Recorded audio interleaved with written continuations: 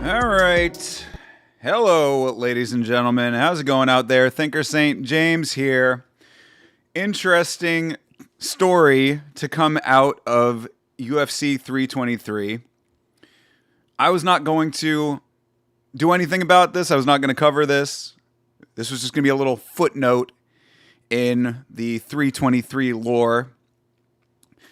You know, maybe if anything, there might have been a small mention of it somewhere. I think I mentioned it on the podcast yesterday in the intro. But Jamahal Hill and Joanna Jędrzejczyk had an altercation at the event backstage, and that should and could have been it. But of course, any time that Jamahal Hill is involved in anything, he gets on YouTube and he makes a full-on video breakdown of it from his side of the equation, and it's generally pretty goofy.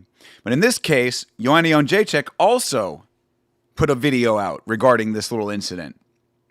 Now, Joanna Violence, certainly a person who can be antagonistic, or at least was back in her time during her career.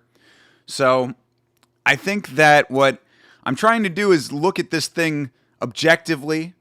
You know, I don't want to jump to any conclusions as to what happened here, but so between all of the little pieces that I have of this puzzle, which is not that many, but Jamahal Hill takes the lion's share of the runtime of this. So between all of them, we're going to look at it all, a couple of pieces to put forth, examine, and hopefully by the end of it, we'll have some idea as to what actually happened. But I suspect we won't, and I suspect that this will just be another goofy footnote in the long and storied history of goofy footnotes in Jamahal Hill and Joanna Jędrzejczyk's lives in this sport. So we'll find out in a minute. Starting this off, be the MMA guru put a tweet out about it. I don't know how he got this video. I wonder who sent him this video. But somebody backstage sent him this little small clip. Only 11 seconds, this little clip here. Take a look at this. Yeah, I guess we'll just start off with this and run the rest through. But, so the MMA guru says at UFC 323, a heated altercation broke out between Jamahal Hill and Joanna Jędrzejczyk. Hill, quote, "Do not touch my girl or I'ma knock you the fuck out," unquote. Joanna, quote, "Yeah, you will," unquote. Hill, period, quote. Context. Joanna had allegedly been aggressive to Hill's partner and was restrained by security. So, we can blow this up. Hopefully, everything is in frame for this for you guys. But this, turn this down just a little bit. So, this is the video. Hey, Hydra, what's good, man? Wasn't Hill's girl not even actually there with him? We're going to find out, brother. This is I'm getting to the bottom of all of this because I only know little bits and pieces. I saw the next thing we'll look at, which is Joanna's response to everything. But I have heard conflicting reports. We'll look at a little bit of the, you know, what the comments threads are looking like, the replies on Twitter and stuff.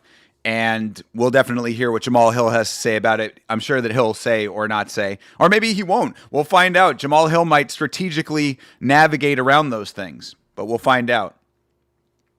Joanna getting negative publicity was not on my 323 bingo card. Like I said before you guys came in, Joanna is not, a demure, dainty kind of lady. She was pretty antagonistic in her time in the, actively competing in active competition. So I don't know why something would have gone down between her and really anybody, but is my mic like super hot right now? I don't know why it sounds, hold on a second. Is that better? Maybe there. Sorry if I was a little loud. I think some weird shit with the audio. Anyway. But yeah, I don't know why exactly she would have been, she would have been doing doing it the way that she was doing it, navigating the way that she was navigating it. Always sounded fine? Okay, cool. Well, hopefully that sounds all right then.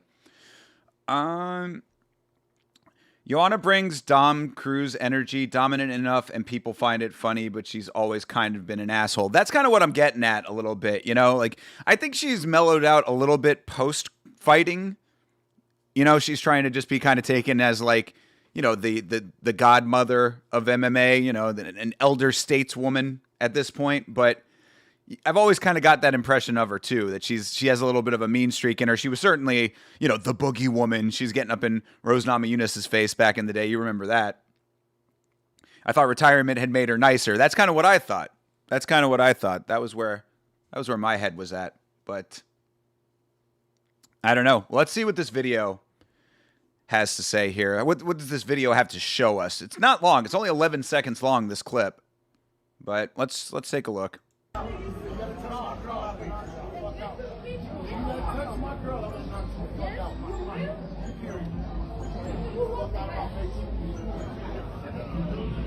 So yeah, that's it. I mean, so let's break it down a little bit piece by piece of what you actually can see in this thing. I feel like it's just because she doesn't have an opponent. She's just going out and randomly finding people to start fights with because she's not actively fighting. She did say that she wanted to come back to the sport. She's one of those fighters that she misses it. So you know how that goes. Hold on a second. Sorry guys. I think that at one point I had unplugged my mic, and I want to give me 1 second here. There we go. Okay. I think that's a little better for me. Hopefully that's still okay for you guys. Let me know if the audio is all right, because yeah, it was really loud in my ears, and when that's the case, I usually am like peaking the levels on the OBS. So all right. But yeah, so we just played the video through, but let's see here. So there, I think that's Jamahal Hill there. Good on your end? Okay, cool. Excellent. All right. So that's Jamahal. And Joanna's the one being restrained by security, though. That's the interesting thing to me. Go back a frame or two here. Yeah. That's Joanna's arm, and she's being held back by the security guard.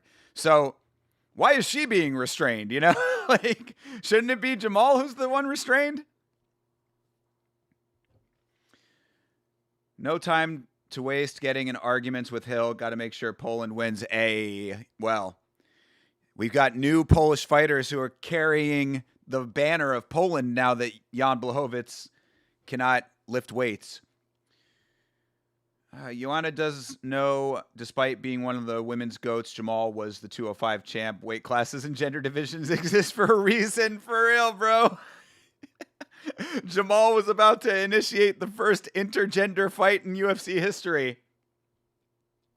But so, yeah, you see, Joanna's getting restrained. Jamahal, if you go back at least to here, Jamal's not really being restrained. Maybe that's security, that guy next to him right there, who's got his arm that way, right? It's hard to see with this video. I don't know if the quality is conveying it, but this looks like Jamal's boy. This looks like security to me. Guy in a sports coat. I think that's his arm kind of around Jamahal. So maybe they're both just being restrained, but yeah, that's Jamal there. And as you see, I mean, that's the funny shot. I wish you could get a better shot of that, but where right there where Joanna's pointing at herself, pointing at me, oh, you're gonna hit me? You're gonna hit me, the queen of violence? Who the fuck do you think you are, 205 champ? I mean, Joanna by submission, Touch my girl and I'm gonna knock you the fuck out, he says. But yeah, conspicuously, and as Hydra had said, conspicuously in the clip, his girl is nowhere to be found. So was she at this event at all is the question. What is on this dude's shirt? Oh, Michael, is he wearing is that Michael Johnson shirt? I want to say this dude is repping for Michael Johnson. That'd be pretty funny. The 10-7 MMA. Jamal seems right. Well, we're gonna get to the bottom of it. We're definitely gonna listen to Jamal's video, and that's really what sparked me wanting to cover this in this way. Is that Jamal put out like a 30-minute breakdown of this whole thing. So we're just getting started here. Very easy to come off as wrong in an argument just by being the louder, more agitated person like Joanna is here. Yeah, well, definitely that. Also, again, purely out of fairness and how I want to look at this, I'm trying to be as objective as possible. Joanna is going to get sympathy points because she's the woman in this situation. That's just kind of a natural knee-jerk response. Anytime that a man is saying that, even expressing that he would lay hands on a woman, the woman just by default sort of wins the argument. You know what I mean? Like if there's any early criticism before we get all the facts or whatever Jamal is going to say in his breakdown, if there's any early criticism that I have of Jamal, anytime that you put that type of energy out there and explicitly say that you're going to lay hands on a woman, like, I know that she's a fighter. I know that this is an extenuating circumstance. This is not exactly like a domestic abuse situation or anything like that. There are levels and differences, of course. But either way, it's never a good look to tell a woman that you're going to fucking knock her out. You know what I mean? As a man. Like, woman can say that she's going to knock out another woman. A man doing that, that's sort of it's like an automatic loss just by doing something like that. So, somewhat of a problem in and of itself there, I would say. She wasn't there, Jamal's girl. Okay, we're going to get into all of that aspect of it when we get to Jamal's video, which we're probably going to in just a minute here because, I mean, as I said, this video is only 11 seconds. So, all right. So that's that. Shout out to the Guru for having the clip. I'm very curious as to who sent him that clip. No sympathy if she was actually threatening his girl. Well, that's the question, right? Is like, what could have happened between Joanna and his girl that would have led to anything? Like, why? What was the problem? I mean, like, and I guess we're going to find out from Jamal. Feels weird that she'd do that unprovoked. If so, yeah, can't blame Hill for that. Yeah, right, exactly. And I mean, like, could it have been a situation where Jamal's girl knocked over her drink and she got agitated like an asshole? That could be. I mean, and then, yeah, Joanna would be certainly wrong. Again, you've got an interesting set of dynamics here because of the people involved. Jamal Hill, a hothead. I don't know. Do you guys know about Jamal Hill beating up his brother? Like, is that... I didn't pull that up for this, but if you're not aware, hold on a second. Because, I mean, this is a good illustration of Jamal Hill, in the type of person that he is. I mean, I don't necessarily say that this like informs all of his personality. What I'm trying to say with this is that this at least informs the fact that Jamal Hill can go there. You know what I mean? He can be pushed in a direction that like you probably shouldn't let yourself go to. And so yeah, this is from 2 years ago now, almost to the day. Police report alleges Jamal Hill sucker punched brother, knocked out tooth in dispute. This was Jamal getting arrested for fighting his brother at a home that they were renovating. They were doing like home renovations, and there was some altercation here. Yeah. According to the report, UFC fighter and his brother made an agreement for James James being his brother, I believe, and his wife to clean Jamal's house for $300, which had been left vacant. Oh, okay, so not a home they were renovating, just I guess a house that Jamal owned, a vacant house that Jamal had, and they were going to clean the house out, and it had been left vacant without electricity, causing food to rot and spoil. The argument began around 7 p.m. local time about the house being cleaned and other family matters. That's the big point there. Quote unquote, other family matters. So again, this could have been something like two brothers, other things. You know, I asked you to do this. I'm always asking you to do stuff. You ain't never doing stuff proper, blah, blah, blah. You know, one of these kinds of situations, and it just bubbled over and it got heated. But my point is that Jamal lets himself get to this point. He's a hothead. He's also is somewhat delusional, if you recall how he conducted himself throughout the entire time that he was trying to get a rematch with Alex Pereira. Jamal Hill has his own set of psychological things going on, and he allows himself to get pushed. So that's I only bring that up to inform this conversation. I guess I should have had that earlier.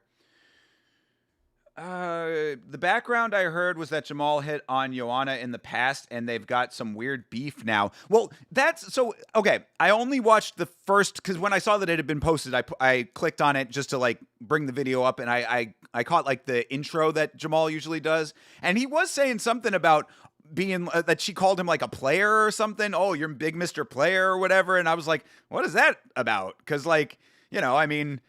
It's just an odd, like, I didn't know what it was about, but it's an odd thing to say to someone, you know what I mean? Like out of, without any kind of context, like, oh, you're a big, like, it could have, the only thing I could have thought was that maybe it was like, Joanna speaks perfect English, so let's not think that it would have been a language barrier thing, but I thought maybe on the off chance it could have been like she was trying to use American slang but not using it correctly. Oh, big Mr. Player, like that kind of thing, like, trying to say like he's a big shot, but like it didn't jive. And again, Joanna's lived in the States for like 25 years at this point, so I didn't think that was it. Wasn't that dismissed though? I thought he did it in self-defense of someone. I didn't see the end of all of that. Like, if that's the case, I'm sure my point with bringing it up is not even that like it could have been a self-defense situation. It's the fact that he gets himself into those situations at all is what I was trying to talk about with that. Like, you don't know who is right or who is wrong. It's just, you want to know the common thread of all of them is Jamal Hill. That's what I'm saying. Like, it's when like you might not be the aggressor. You might just be finding yourself in these bad situations. But why is Jamal always finding himself in these weird, bad situations? The same way when he was going up to Alex in the PI, I did a whole video breakdown of that one saying, oh, we don't need to be in the cage for real. We can throw down right now. It's like, Jamal, why are you putting yourself in this situation?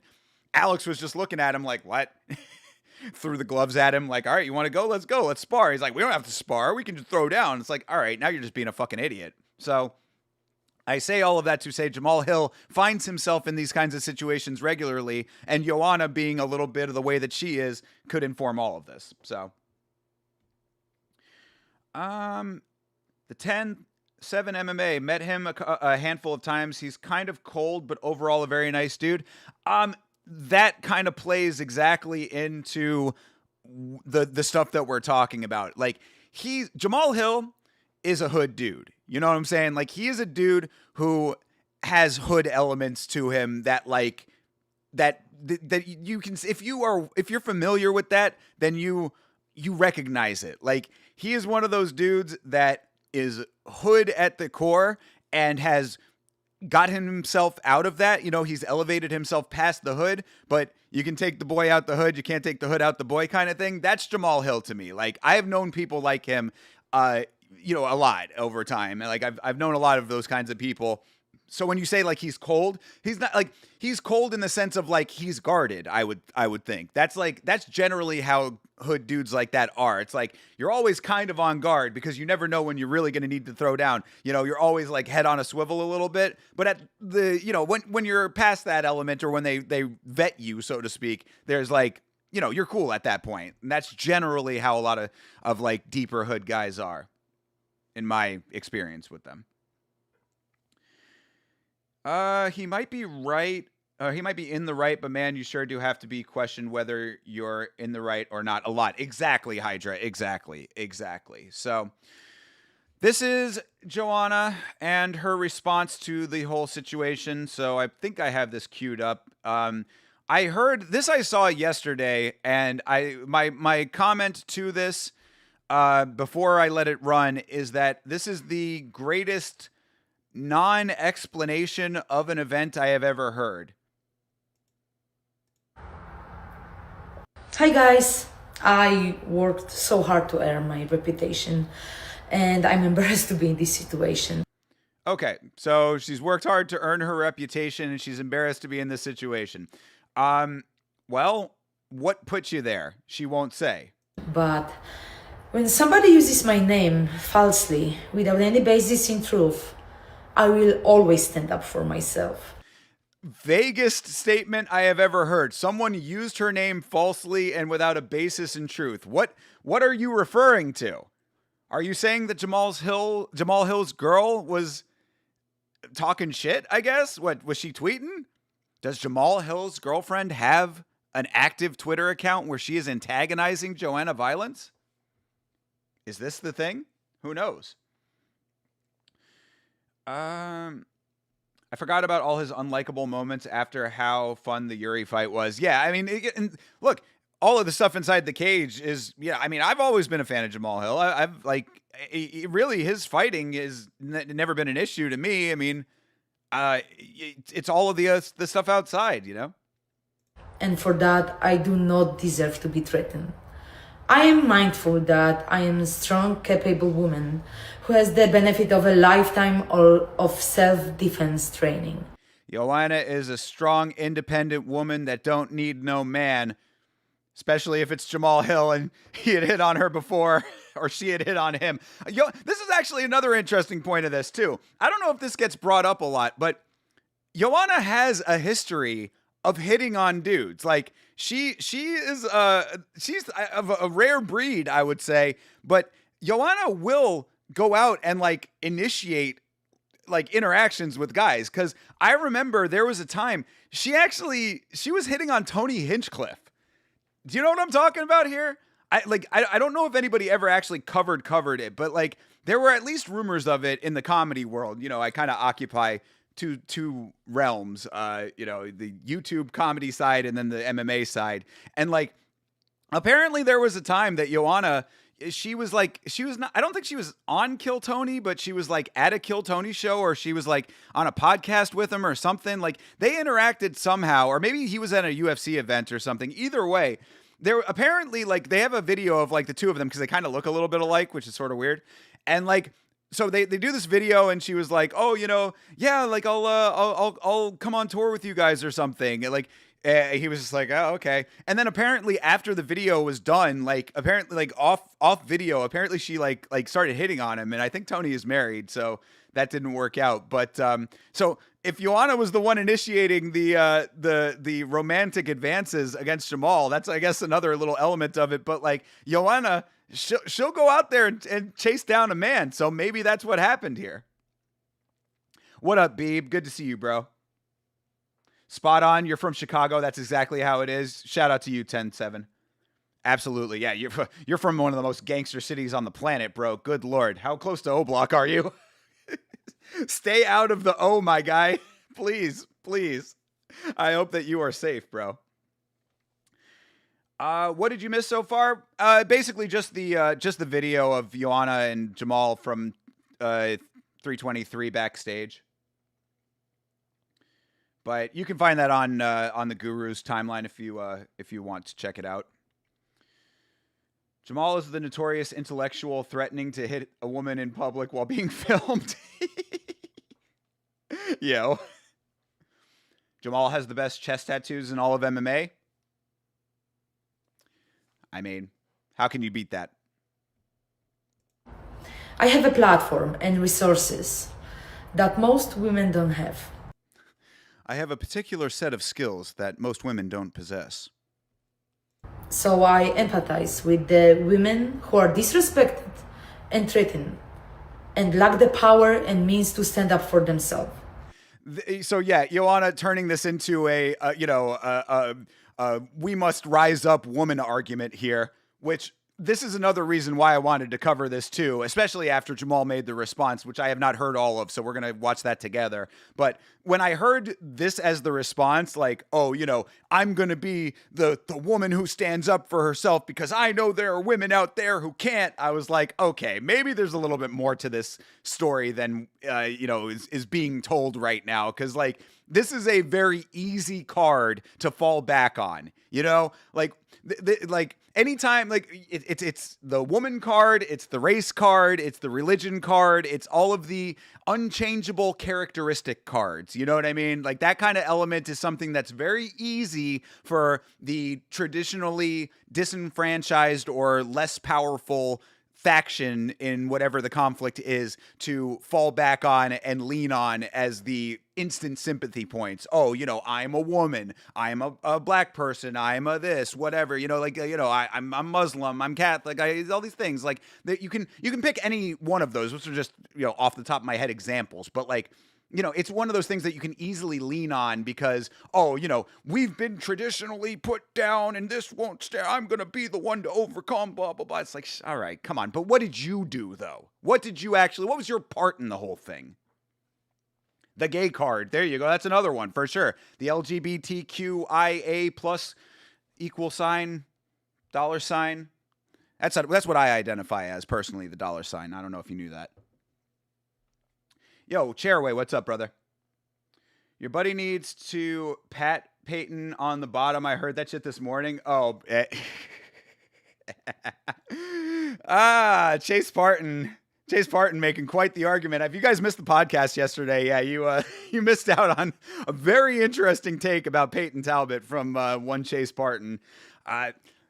Chase is his own man, bro. He's entitled to his opinions. That's how it works. I appreciated that conversation, honestly. That's what I think a lot of, like, I've had people ask me in the past, like, oh, like you guys, sometimes you get into like real arguments. I'm like, anytime that me and Chase are arguing about MMA, I love it personally, because I think it's a perspective that I don't, if we have different perspectives, I think it's interesting, it's different viewpoints on the same thing. And Chase is a strong-willed individual, as am I to an extent. You're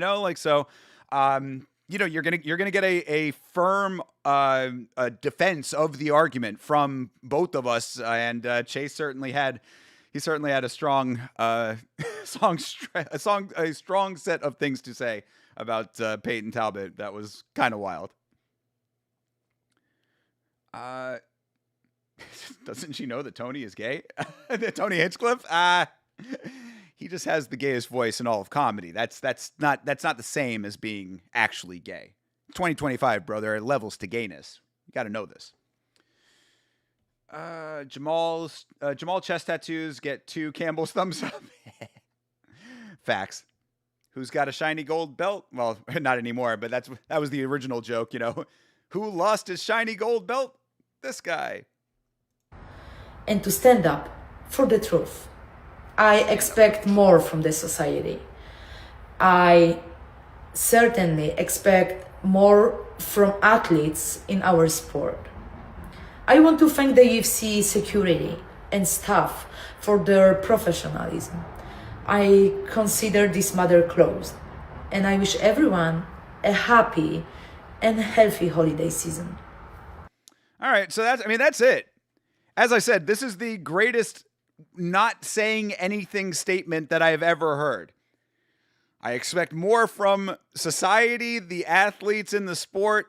Thanks to the staff, I'm not going to be disrespected as a woman. I know that I benefit from combat training, but I'm going to stand up for women who don't have that set of skills. Pointless as fuck is exactly correct.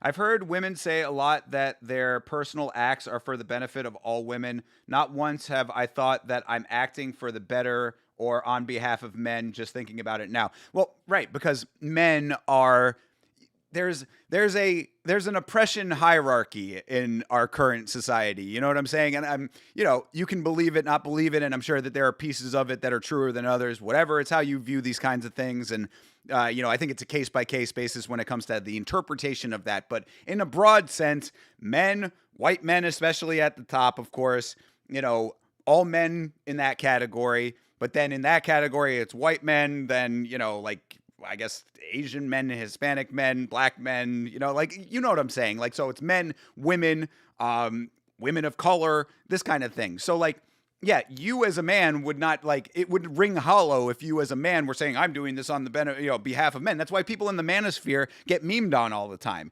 even though sometimes there are valid points. Now, I'm not saying that I agree with all of this stuff all the time. I think that there's some ridiculous takes going on over there as well, and then when you get into the Andrew Tate of, Tates of the world or whatever, that's where it really starts to go off the rails. But on the whole, being a confident man, standing up for yourself, not letting women or anyone walk all over you, these type of things. There are certain elements to it that make sense. But you come out and be like, I'm, doing this on behalf of men. Everybody's gonna be like, men don't need your help, but women need other women to stand up. We need to support each other. How about you go to a WNBA game? Anyway. Thinker has proven bias now against black female Catholics. There you go. That's legit. I when I encounter one, I'll have to make sure that I do a photo op, so I clear I have to come make amends. I have to come to a better understanding. I need to be better. LGBTQQ2IAA plus is the official Canadian acronym. Is that you got to be memeing, right? What are the two Q's and the two A's? I really I know the LGBT part, but I don't know what the rest is. Q, I think, is queer, but what's the two? And always the plus is my favorite. I like that you just have a catch-all in the plus. What is the plus? What does the plus encompass?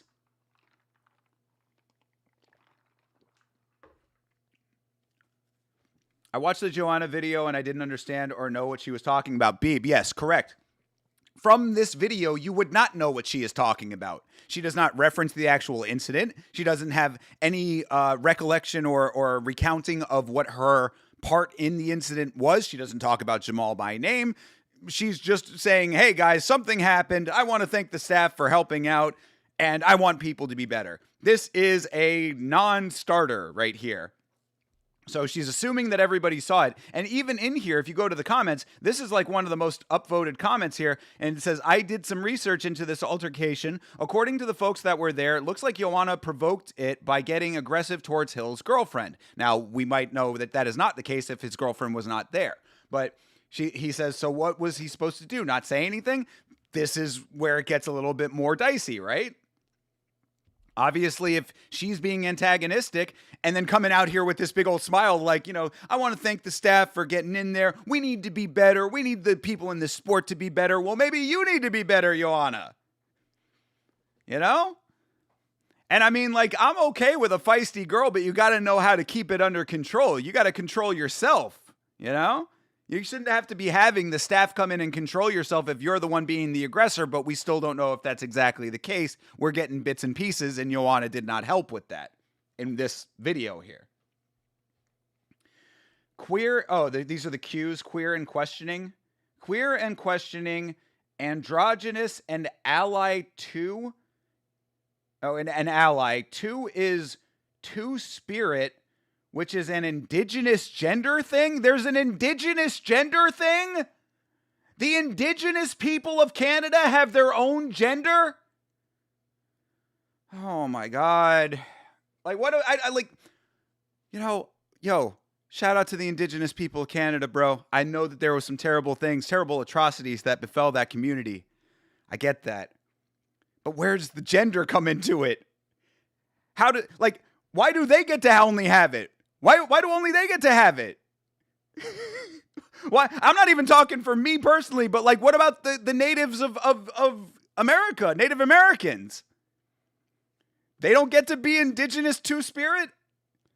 Two-Spirit! I used to love 2 Chainz. Saw him live.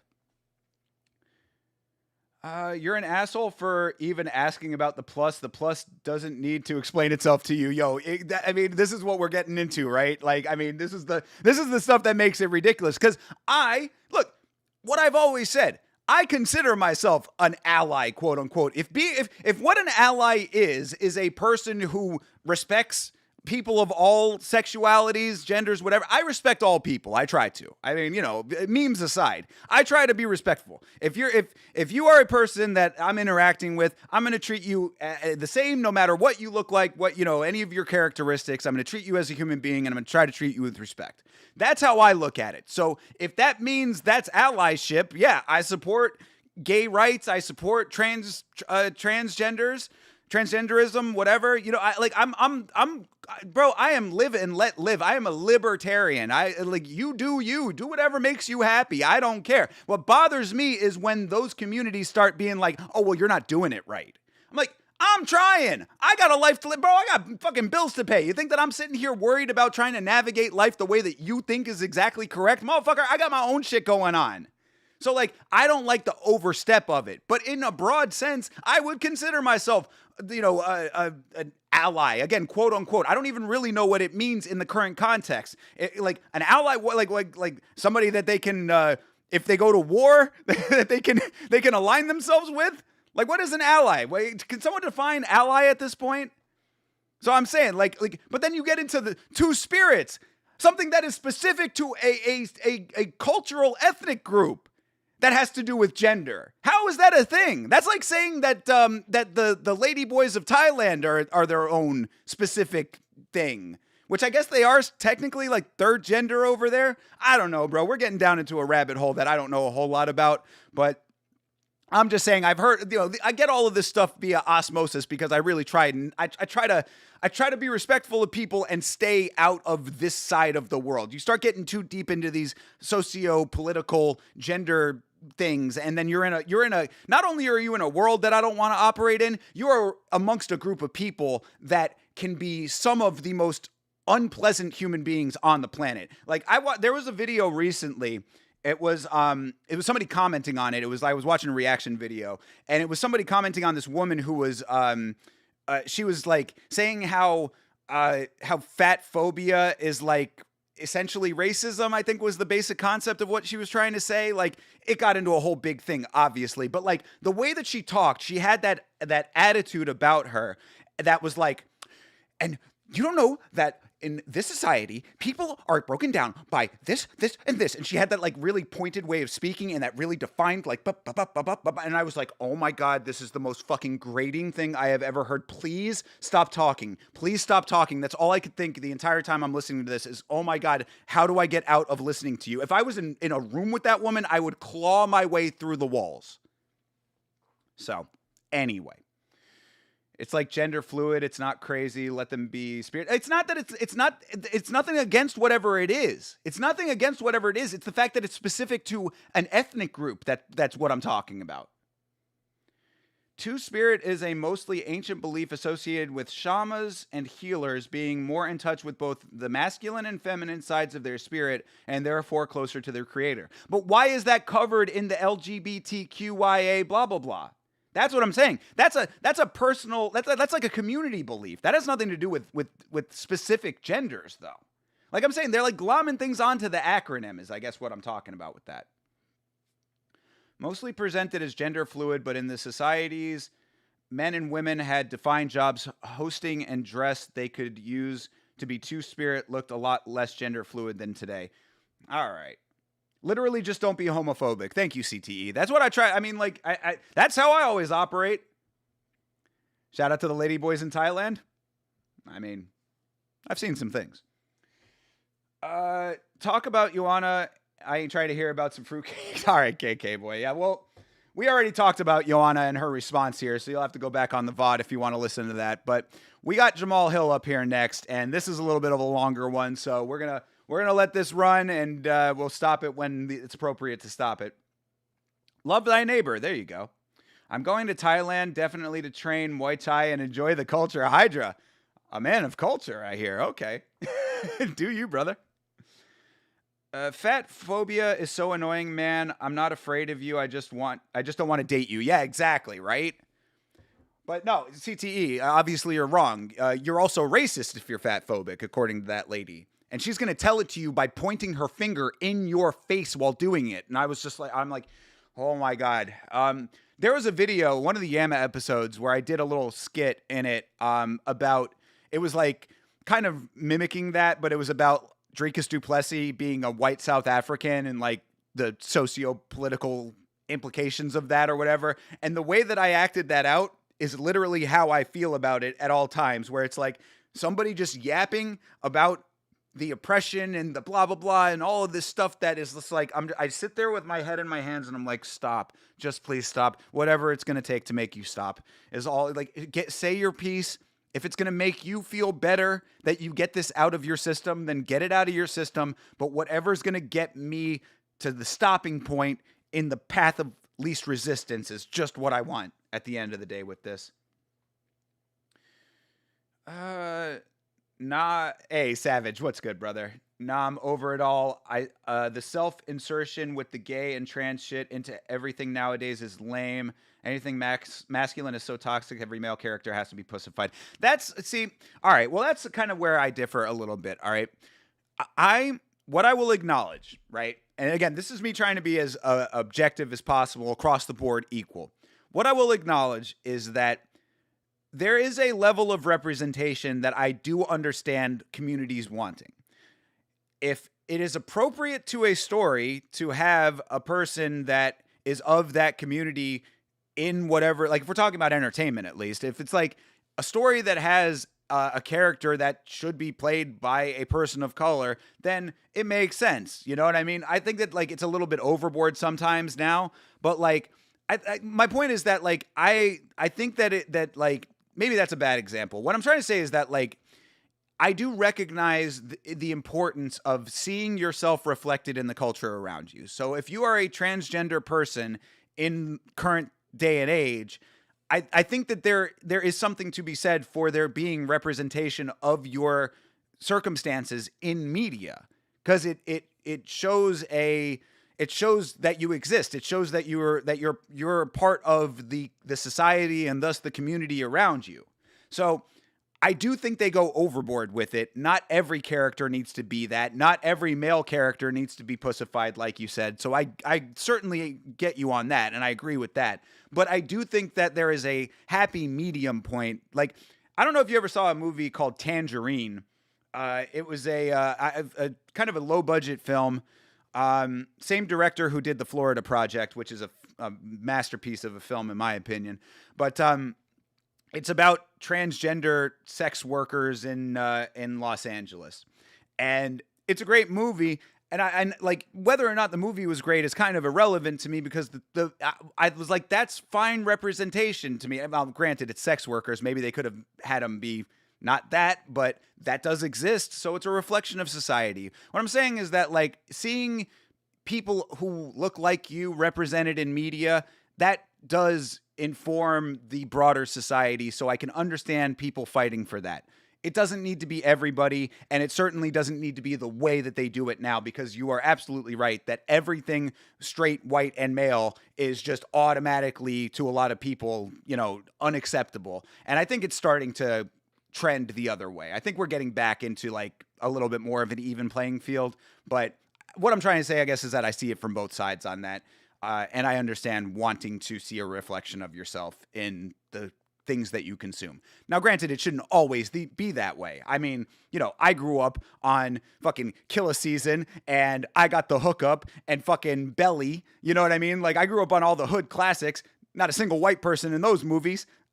I can still enjoy it. I can still consume it. You know what I mean? It's just, anyway, it gets into this broader, dumb conversation with all that shit.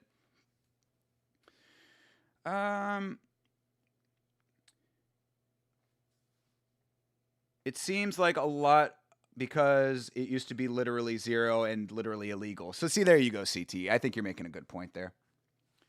It's not important to my Dragon Age mythology game to have trans characters and talk about sex changes. Keep that shit out of my fantasy game, but I get your side. Well, I mean, that's the thing, though, is that it's like, as long as there's like, if we're talking about self-inserts, like, if we're talking about there being an option for, like, you to customize a character, then yeah. But I mean, Chase makes the same point. It's like you're watching a movie that's supposed to be set in, like, the 1800s or whatever, and it's, like, the most diverse London that you could ever imagine. And he's like, there is no way you, he posted it in the Discord, like a tweet that was like, you've got a black woman, an Asian man, and a dude with a cane. So you've got, like, all of those characteristics plus a handicapped person all walking together in 1800s London. Is like the statistical probability of that actually being true is, like, insanely ridiculous. That there's no way that would ever have happened. But I can understand it taking you out of things. What I'm saying is that, like,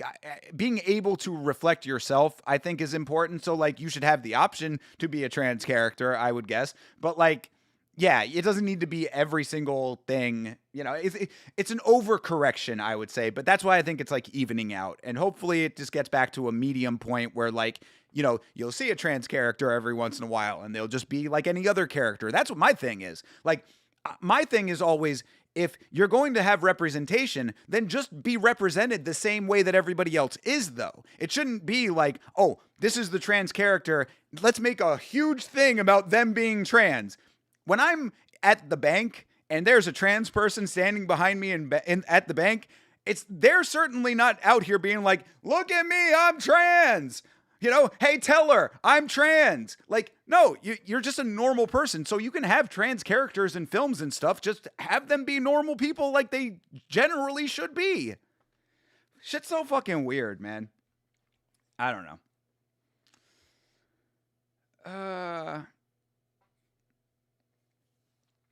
Put him in every Disney show and make Beauty and the Beast both trans and make Beast have an alter ego who is what is a xenosexual?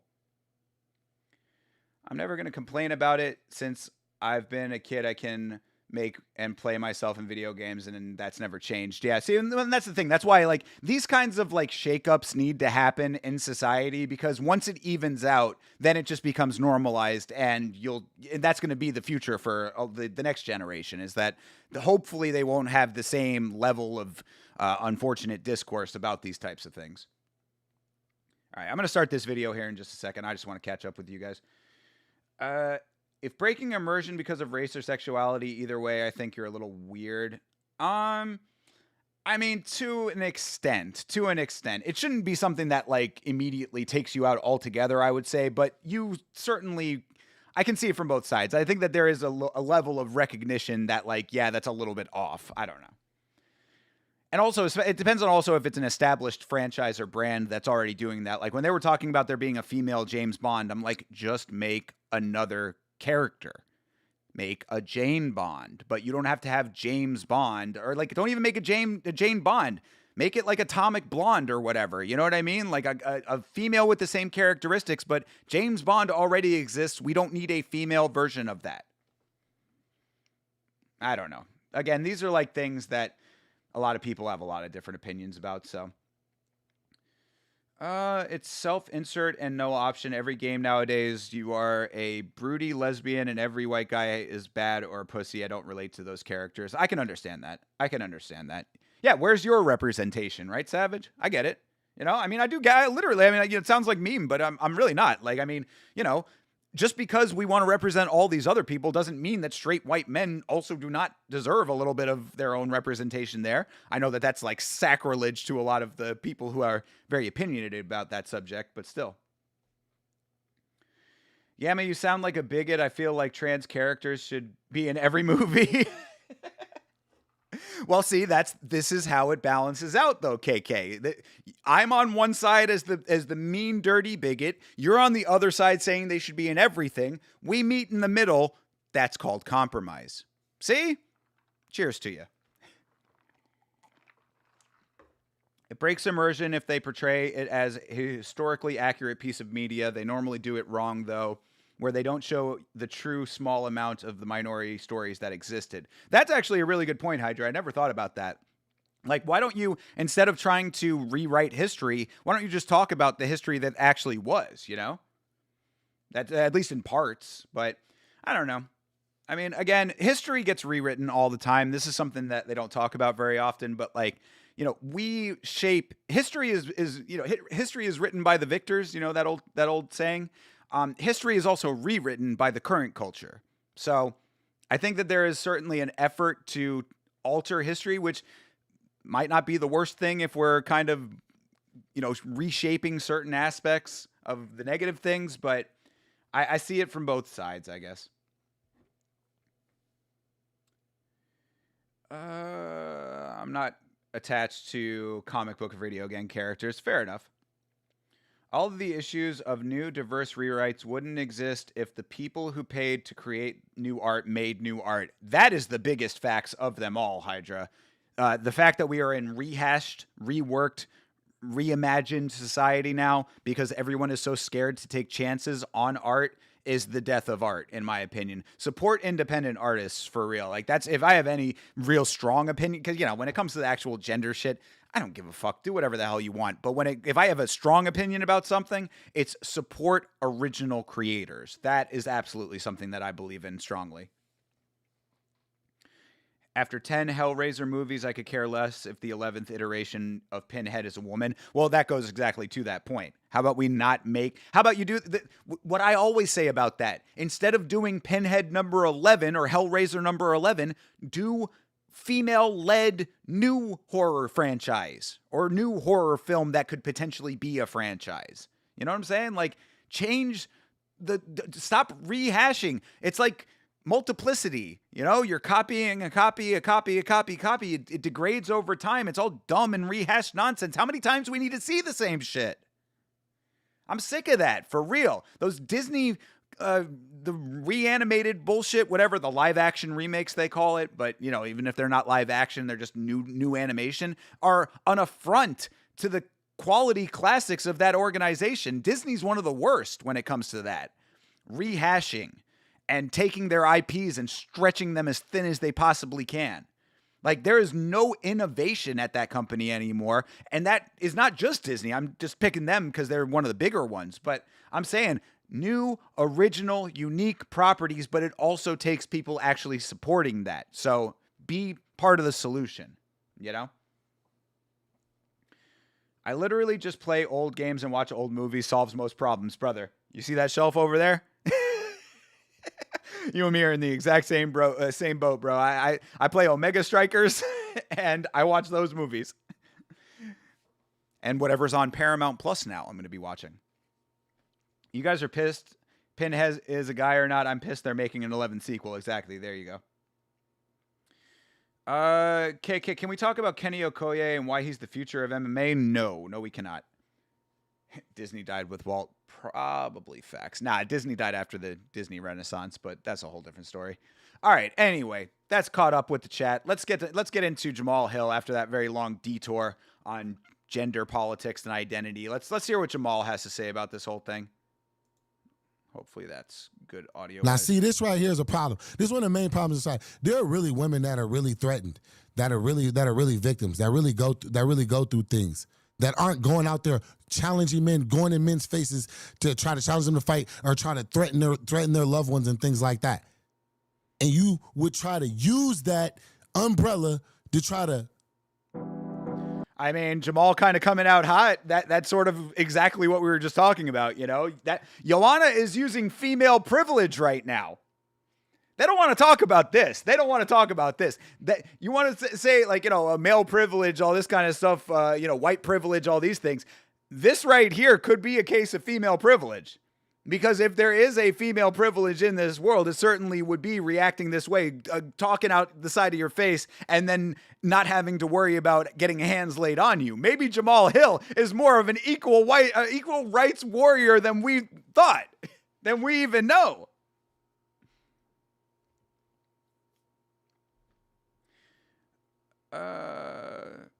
Play Crusader Kings Mount and Blade Banner Lord 2 and Kingdom. What? Okay. I don't know any of those games, but I need new games, though. I definitely need new games. I only play I only play Omega Strikers and Minion Masters. I'm actually thinking about starting to play Ball X Pit. I might download that.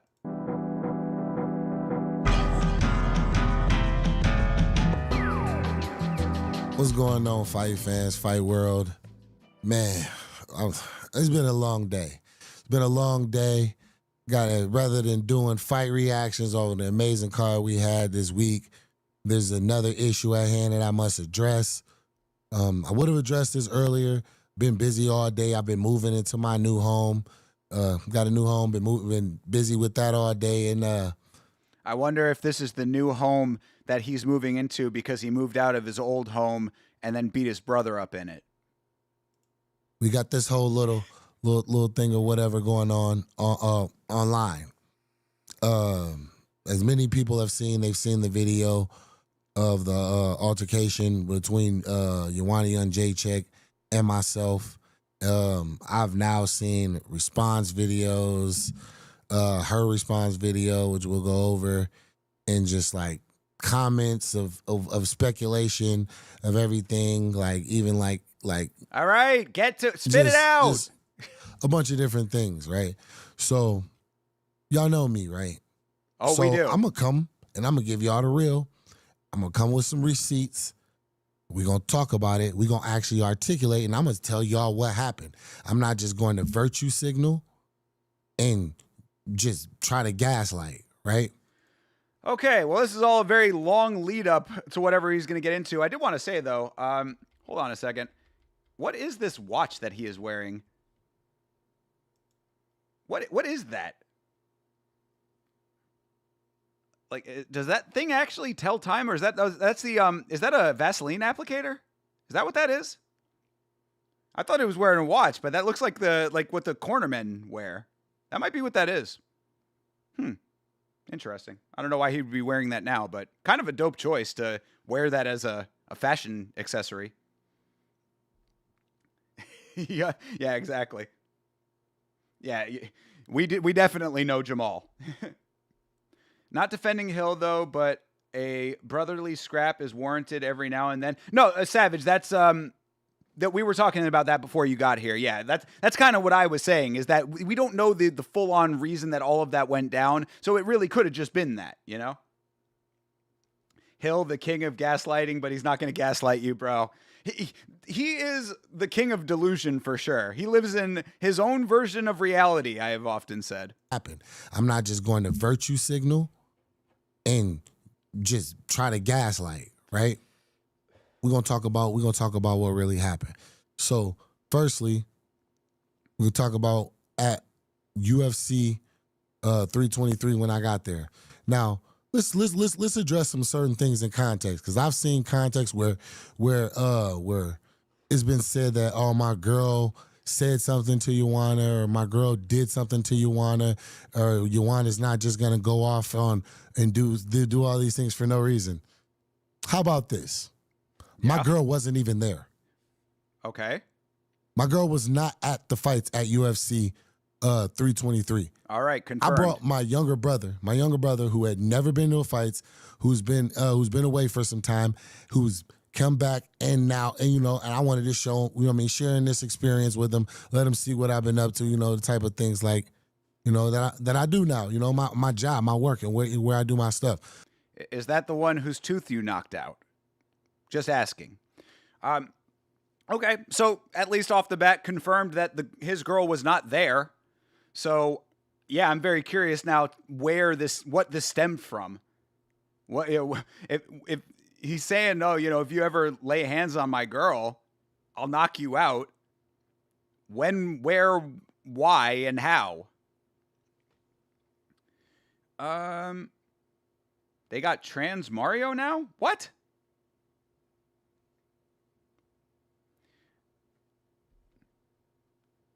I mean, maybe, I don't know, maybe when Peach wears the racing outfit. I don't know. And we went, I went down, I watched Nazim's fight, Nazim Sadikov was my boy. We watched this fight. We go upstairs to the VIP lounge, right? The VIP lounge is where they'll let fighters go. They got a section for us. We can go get food. We can go get drinks. We can kind of chill out without being like bombarded by the fans and whatnot. There's no sex in the champagne room. It goes down in the VIP room. The boom boom room is where I operate. Right. So that area is where this incident took place. So I walk into the area, I greet other people there. Diego Lopez was there. Andre Philly was there. Name dropping. I'm not sure who the lady that was there. I was told that was maybe his manager's wife. Not 100% sure, but there were a few people there, and then Joanna was there. I greet everybody. I go up to Joanna. I say, "Hey, what's up, champ? How you doing?" She's like, "Oh, hey, yeah, what's up? Where's your girl? Oh, your girl's not here. Where's your girl?" I'm what? like, "No." I was like, "Nah, she's not." I was like, "Nah, she's not here." What's up? Now I'm gonna get in the context of why I'm like, what's the issue of this a little later? Because this goes to something a little bit before this, and I'm telling you, it makes it to where this whole thing is completely weird. Yeah, well, I can't wait for you to actually start getting into this story because this is all very weird. So you're in the VIP. You go up to Joanna and say, "Hey, how's it going?" And she says, "Where's your girl?" Like she knew something. That's how he's presenting this information. Hey, Nav, what's good, brother? Joanna likes to have drinks. You'll see in the DMs he shows later on. Maybe she was drunk. Okay, all right. Well, this is all context. We're unpacking. Jamal is a little long-winded here, but we're getting into the meat and potatoes at this point. If there was one thing that I wish about this whole incident, I wish I just had like a GoPro on to where I didn't have to say anything. I didn't have to speak or anything. I could just press play. I would have loved it if he had a GoPro on. Oh, getting into the dirt, getting into the trenches. I love it. But no GoPro to be had. We only have that little 11-second clip. And people could see. And y'all, hey, be civil in the chat, by the way. Come on, keep it cool, guys. The complete insane shit that went down from this lady. All right. So I walk over to her. I say hi. How you doing, champ? What's going on? She's, "Oh, hey, what's up? Your girl's not here? Where's your girl?" I'm like, "No, she's not here. What's up?" She's like, "Oh, yeah, nah, you big Mr. Player, man, Mr. Big Time." I'm like, "What are you talking about?" I'm like, she like, "Yeah, nah, I don't know. Like, I don't know how you get down in America, but I'm from Poland. I'm from Poland. We real gangsters. I don't do this shit. I don't play this shit." Joanna was trying to talk that gangster shit? Brother, why would you do that? Let me tell you something. There are different levels of gangsterism out there, right? And I'm not saying that the Polish gangsters aren't gangsters, but it's maybe not different levels, but different strains, different types of gangsterism. And if you're rolling solo in the United States with an American gangster, that's not the card you want to play. Like Jamal, we were just talking about earlier in this very stream, Jamal Hill is hood. He will let that come out. You don't want to bring that out of him. You should never be trying to provoke the hood out of a hood motherfucker, because that dude will let it out and it'll get bad. So Joanna not winning herself any points right now with this recounting of the story. Why is Joanna trying to big bro Hill? Yeah, for real. For real, most definitely. I mean, like, this is not even big brothering. It's just like she's trying to like chest up to him. And it's like, again, this is female privilege to an extent, like what we were talking about earlier, where it's like, don't try to push a guy to that level when you as a woman know that you have a built-in fail safe. You know what I mean? You can always lean on, "Oh, I'm the woman." So like, you push the dude past the breaking point and then wonder why. It reminds me of back in the day, okay? I used to work at a place where they would have, during our breaks, guys would play cornhole, right? The game with the boards and you throw the bean bags at the boards or whatever. I'm not good at that game, so I would never play. But they would be like trying to like bring me into the game. Oh man, yo, Matt, we really need another guy. Like, come on, dude. Like, just play with us. Just play with us. I'm like, I'm not good. I don't want to play. I'm not gonna like. It's like embarrassing myself. Like, I don't need to like go out there and just fucking throw these beanbags off into the forest. You know what I mean? Like, I'm not good at the game. I don't want to play the game. Oh no, come on, dude. Come on. Finally, I play the game, and then it's like, man, you really suck. It's like, you brought me into this situation and now you're pushing my buttons. You know what I'm saying? So I bring that up to say that that's similar to this, where it's like Jamahal Hill sitting here like, I wasn't trying to get chesty with you. I was not trying to make this a gangster situation. You're trying to be gangster right now. You know that you can retreat into, I'm just the poor, smaller woman. Like, I don't like that dynamic. I don't like that type of provocation, especially when there's no recourse for Jamahal Hill. So I can understand his version of events if these are correct. Polish gangsters may fight American gangsters up that shit. Yo, for real, dude. Plus, I mean, I don't know what the laws are like over in Poland, but a lot of gangsters out here are strapped at all times. Do we believe Hill in this? That's the big question, Hydra. That's the big question to me, is like, what is the truth? Because Joanna did herself no favors by not actually giving us any legitimate information. So it's like, if there are two sides to every story, we only have one side. And that in and of itself is telling. Because if you thought that you were in the right, then maybe you would tell your side of the story and then let everybody figure it out and you get both sides and meet in the middle. But if you don't put your side of the story out there, by default, you're kind of conceding to an extent. But we're still early in this, so let's let this run. I'm like, yo, what's going on? Like, what happened?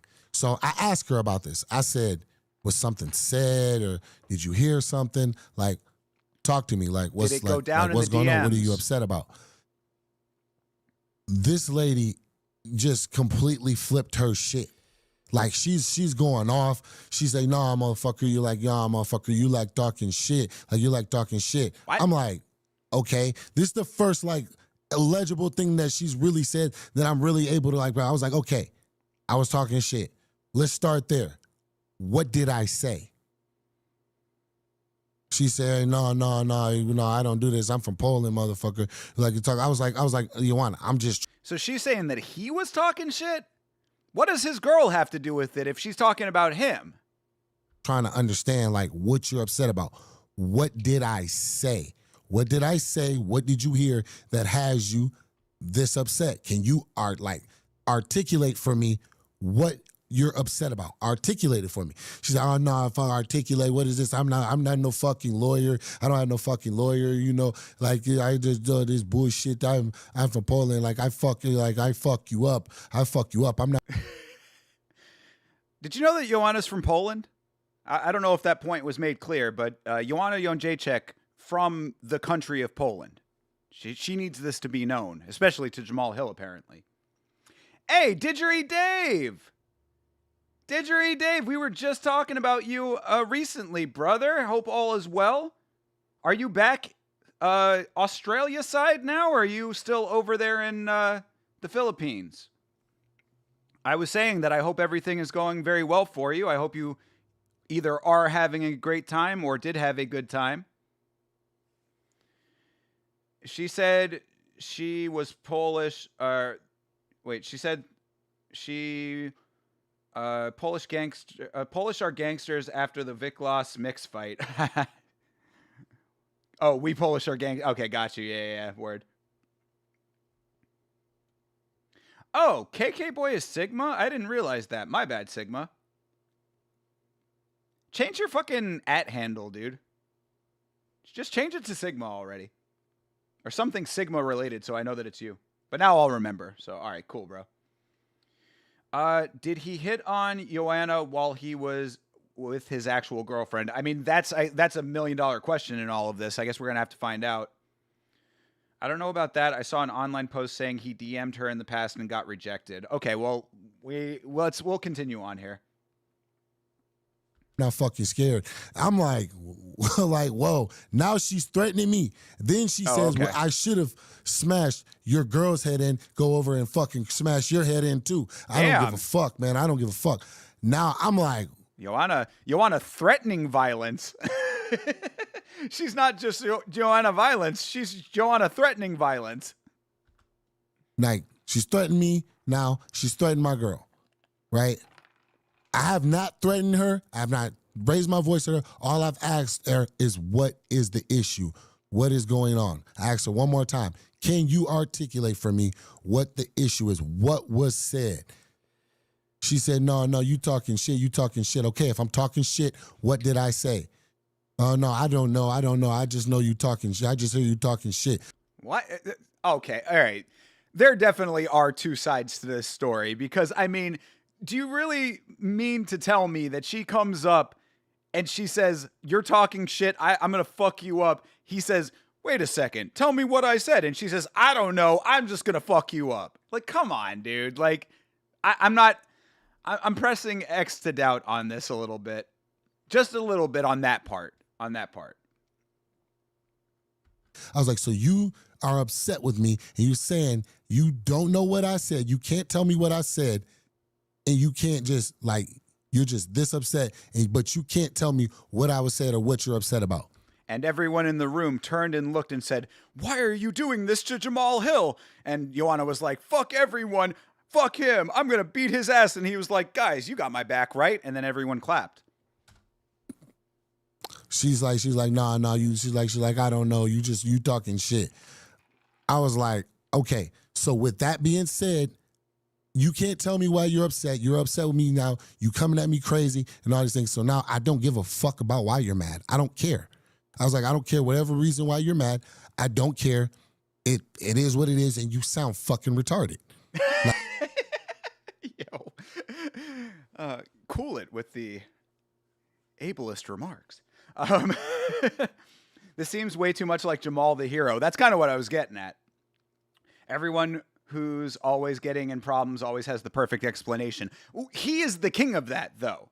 Jamal Hill always has all of his facts very clearly laid out. He's got a timeline of events. He can walk you through it as to why he was right at all times. This is why when I saw him put a video out about it, I was like, okay, now I have to cover it, because Jamal Hill comes with a full-on package of everything he wants you to believe, and he will walk you through it point by point the same way he is doing right here, always, every time. So, like, I'm very fascinated by this situation and Jamal Hill in general, because, like, I really wonder how much of it is actually based in reality and how much of it is him manicuring the situation to be what he wants it to be.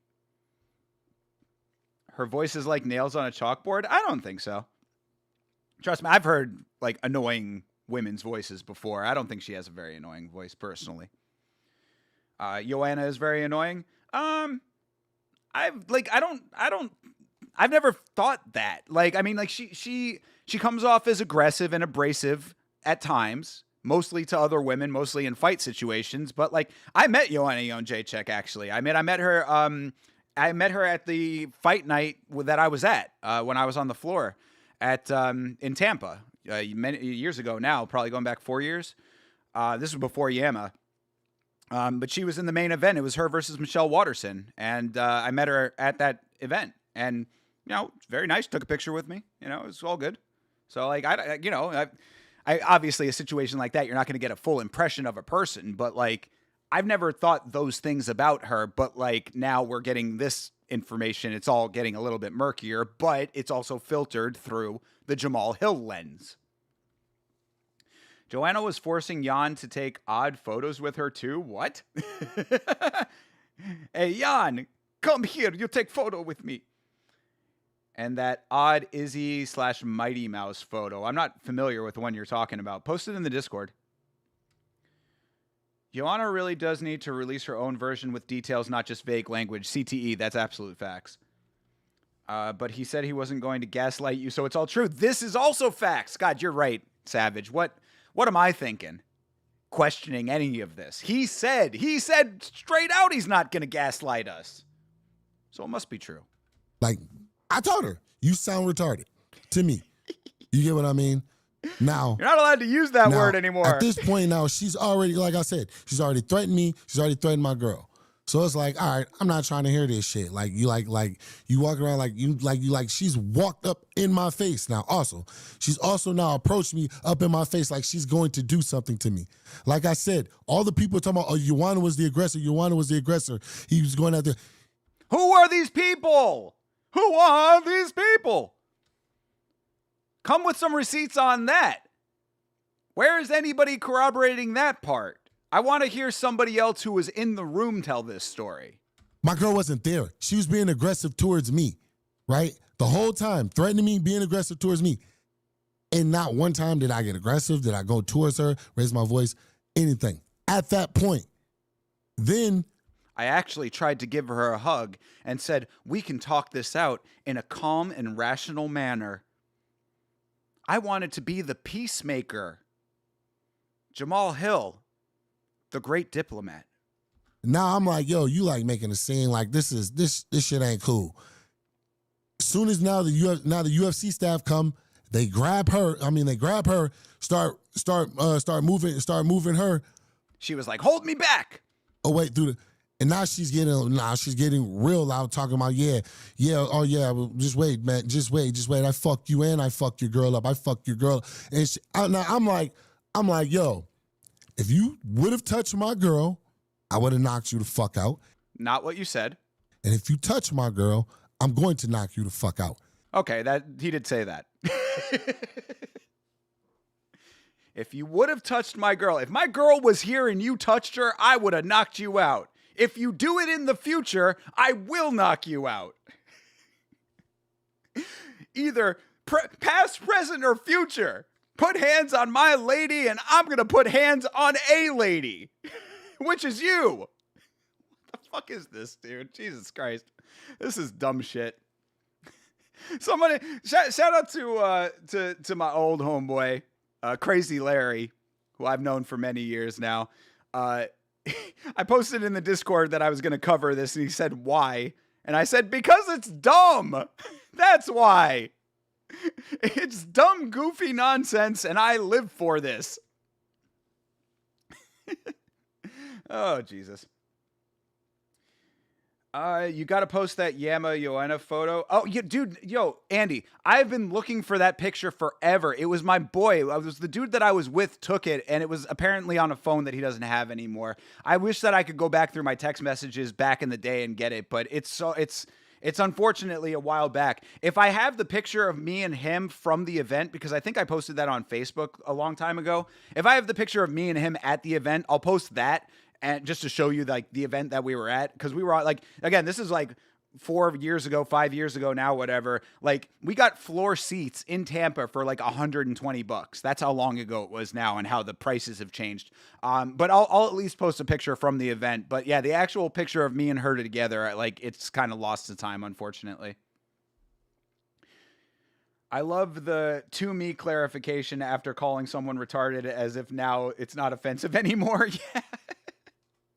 In my humble opinion.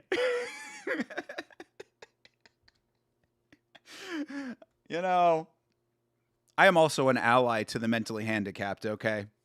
This is an issue that's actually pretty close to my heart, so I don't appreciate that kind of language.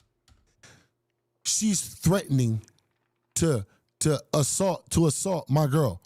Now, my girl, like I said, now she is threatening to assault a woman who is not on the premises. Upset at this point where my girl's not even here, right? Right. And we'll get into context why that's even weird, because the last time that she see my girl, this was not an issue.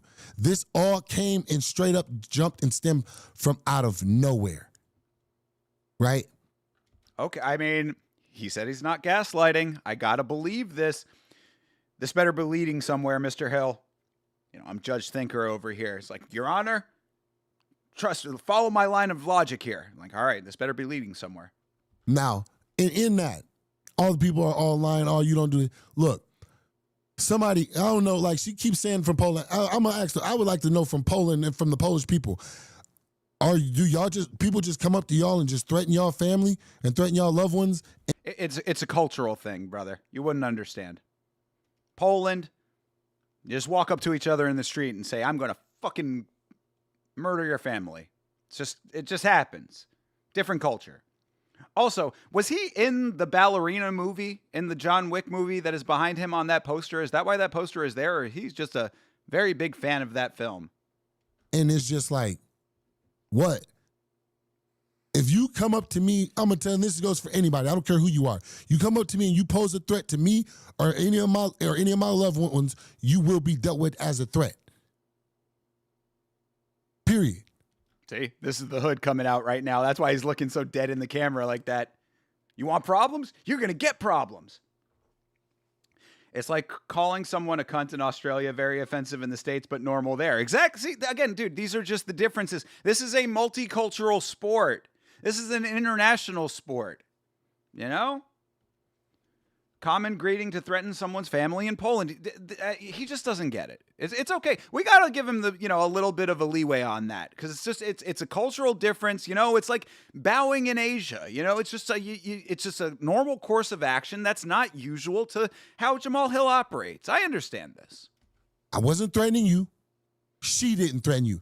My girl is not confrontational. She's not mean. She's not rude. She's one of the sweetest people ever. Okay, so then how and why did this fall out of the sky, Jamal? There's a point. How do we cut to it? Respectful, accommodating, everything. Why is she with you? I'm kidding. That's a joke. That was a joke. Way more than you would ever believe. So for her to just be at my girl like that is completely insane. People in the UFC, everybody in the UFC, my girl's been around. They know her. Ask. I mean, we can't. That's why we're listening to your story. So tell the story. Jesus Christ. I don't think that's hood yamma. It's facts. Okay. Hey, look. I mean, we'll see. I mean, like I'm interpreting this all in real time. You know what I'm saying? Underfunded inner city schools failed him. He doesn't know anything about Poland. You know, you're right. European culture is severely lacking in our North American school system education. Remember when Islam got super offended because Dustin said son of a bitch? There you go. See, yeah, the CTE kind of making a better point there. But, you know, that's a little bit more of a legitimate one. But, you know, we're kind of memeing on it. All right. And again, like, I'm not just saying, like, if I'm lying, Andre Fili was sitting right there. Diego Lopez was sitting right there. Diego, a little bit more of a language barrier thing, but Andre was closer than he was. Well, then where's Andre Fili's statement? Link it. Show me the clip. Run the tape. Andre Fili, touchy-feely. Could you touch on this situation? If you don't want to get involved in a situation, I understand, because it's a crazy situation to even have anything. It's not crazy. It's stupid. It's a dumb situation between two people who seem overly antagonistic towards each other for whatever reason, and we're still trying to get to it. I'm talking about the threatening my girl or family. Okay, fair. Motherfucker, I think, but yeah, same idea. Oh yeah, with Islam, yeah, I think so as well. Yeah, again, you know, those kinds of things, though. I mean, it's legitimate. It's like that. This is what I talk about whenever if I was ever to travel internationally. The thing that I am most afraid of traveling internationally is breaking some taboo or law that I don't know that I am breaking. You know, it's like chewing gum in Singapore. Like, you do not want to chew gum in Singapore. God forbid you take your gum out of your mouth and stick it somewhere in public in Singapore. You will be caned for it. 20 lashes. Legit lashing over that. So that's the kind of stuff I'm talking about when it comes to cultural divides. And, you know, I could imagine that being somewhat of an issue in the sport of mixed martial arts. You know, a lot of cultures represented, a lot of people overseas in places they're not familiar with, et cetera, et cetera. Thing to do or be involved with. All right. Now, let's go back to the event, right? And what I now know, she's using partially as an excuse, and she's not saying it out loud to anybody else. Like you've seen the response video and everything. And like I said, we're definitely going to get in that because she said nothing in that. If you notice in that, we'll go over how in that video, she never says what offended her, how her reputation was attacked, or how her name was attacked, or anything like that. The video was 11 seconds long. Oh, he's talking about her response video. He is right about that. That I will give him. Yeah, she doesn't say anything about anything in that video. That is a non-response that she put out. Because it never was, right? So here's the thing. So, because I'm gonna leave some names out and certain things out because I don't want to drag certain people into this. Except for Andre Feely. Andre Feely got unwillingly dragged into this, whether he liked it or not, but other people are safe. And really, just to recap, all that we have heard so far is that they were in the VIP at 323 and Joanna came out of face at him for literally no reason. That's all that we have gotten up to this point. I feel like you can avoid most taboos by doing a little research and being generally polite, even if you fuck up, but are nice. I'm sure they'll forgive you. I mean, certain ones, yes, but other ones, I mean, that again, it's the fact that I don't know. It's the fact that it's an unknown, as they say. You know, something that you don't know that you don't know. That's what scares me. Because you don't know how severe the repercussions could be if you're not aware of it in the first place. Obviously, I would try to conduct myself in a polite and pleasant manner. Have you seen those two college basketball players get the death sentence, get sentenced to death for smoking weed? Well, not that specifically, but I remember that that one women's basketball player that got like jailed in Russia for a while, right? Griner, Brittany Griner. Grimer, you know, I mean, she was out there just wanting to smoke a little weed and she was in jail. We had to trade.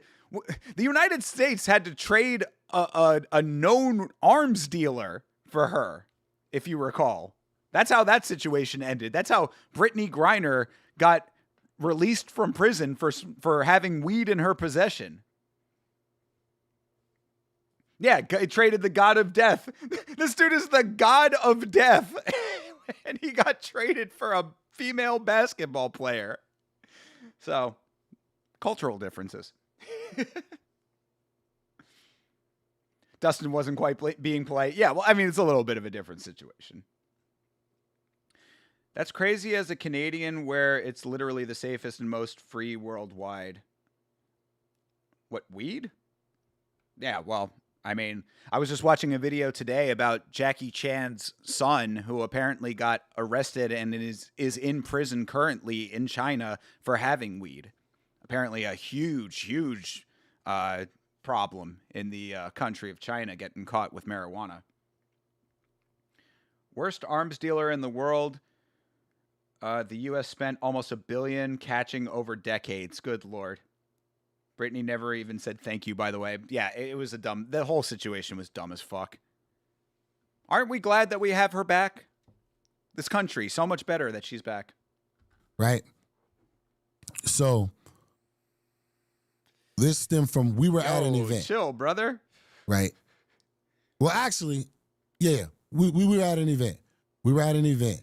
Now, me, my girl, Joanna, her manager, we were all seated at the same table. Okay, so this is the inciting incident that led to this confrontation, is what it's sounding like. So they're at an event, they're at a table. Right. We're seated at the same table, sitting there. Everybody's getting along.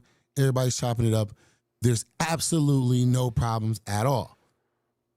But Joanna's manager is playing this little game. Now, just flat out, there's no way. This just to give y'all straight up context, and just to let y'all know, I'm being straight up honest. A couple years ago in New York, like when the whole thing with the bus incident happened, that whole night and everything like that, a bunch of us were in there. Joanna was in New York, and I was in New York. You know, I was feeling myself. I was drunk, and I shot my shot. Okay. All right. Now we're getting some actual context here. All right. So, the night of the Dolly incident, Jamal Hill had a couple of drinks and he's hitting on Joanna Jędrzejczyk. Interesting. All right. I don't know how this ties into Joanna and her manager at the table at the other event, but so I'm trying to follow his story here. So, one event, he's at a table with Joanna and her manager is quote unquote playing some type of game. Other incident is at the event where the Dolly incident went down. Jamal is there. He's tipsy. He's saying, slightly inebriated. Inebriated? Maybe I'm inebriated. Slightly tipsy. And he shoots his shot on Joanna. Okay. I'm following along so far. Two separate situations. Shooting my shot, we can get into that whole thing, right? But I'm shooting my shot, I tried to smash, right? Okay. Her manager, the entire time we're at this event, is like subliminally trying to drop messages to my girl, like trying to dry snitch, right? What? Yeah, so okay. All right. So they're at an event now. The manager knows that Jamal tried to bang Joanna, and the manager is like trying to throw subtweets at Jamal's girl to let her know that Jamal tried to get with Joanna. Why was the manager involved in this? Why is this manager sounds like who is this manager? I need names. Hold on, people. Give me a second. Do I still have it? Yeah. All right. Manager. Tiago Akamora. Tiago Akamora. Is that who he's talking about? I wonder. Tiago Akamora. I guess this guy? All right. We have a face to a name. I don't know if this is him or not, but perhaps this is who he's talking about. Tiago Akamora is sitting here throwing these subtextual messages towards Jamal Hill's girlfriend. Okay. We're getting to the bottom of things here. Shitty people don't appreciate things. Yeah, I mean, that's obviously more accurate. Nah, shut up. Chill out, brother. The thing is, bro, I'm real, bro. I'm real. I'm a very honest and transparent person. My girl already knew this, right? So we had already talked. My girl had already known this because. So he told his girl that hey, how'd that come up? Look, baby, I love you. I want to be with you. Just so you're aware, at a time in the past, I was a little drunk. I tried to fuck you on a Jędrzejczyk, okay? I need you to know. I need you to be aware of this fact so that we can have a healthy relationship going forward. I tried to smash Joanna. Clear the air. Now you tell me all the guys that you tried to smash. Let's do a body exchange. What? Why? I mean, maybe it came out because he's like, hey, by the way, there's this girl here that I used to, I had a little minor encounter with, whatever. I tried, didn't work out. Just so you know, in case anything comes up. Just in case Tiago Akamoto comes out of his face at you with some subliminal messages that you're aware of this. Catching her up to speed. Never go body for body with your girl. Yeah, fucking, are you kidding? Of course not. Like, that's what I'm saying. Why would this have even come out in conversation? The only thing I can think of is what I just said, where it's like, hey, just so you're aware, there's this girl here. There might have been a thing in the past. I just want you to be aware of it in case anything happens. That's the only reason that I think it would be appropriate. But like, other than that, what the fuck? Never, dude, as far as I'm concerned, any girl that I am ever with is pure as the driven snow when we're together. She's fresh out the box as far as I'm concerned. Tiago is a snitch on our boy Jamal. I mean, that's what it seems like. That's what it's looking like. Yo, Tiago, what are you doing, bro? I had already talked to her. We had already spoken on this. So she kept doing it. She brings it to my attention like, hey, I don't know, like what? Maybe it isn't. So, well, who's the she then? Hold on. There was further in here. Hold on. Manager. Maybe we're putting some falseness on here. Oh, Carol, her cousin? That makes a lot more sense, actually. Okay, because we've got Tiago Akamora. We've got Brian Slater. That's 2017. That's Paradigm. She left that. But Carol Jędrzejczyk, her cousin, who handled Polish representation but later had issues with her, so maybe not. I don't know.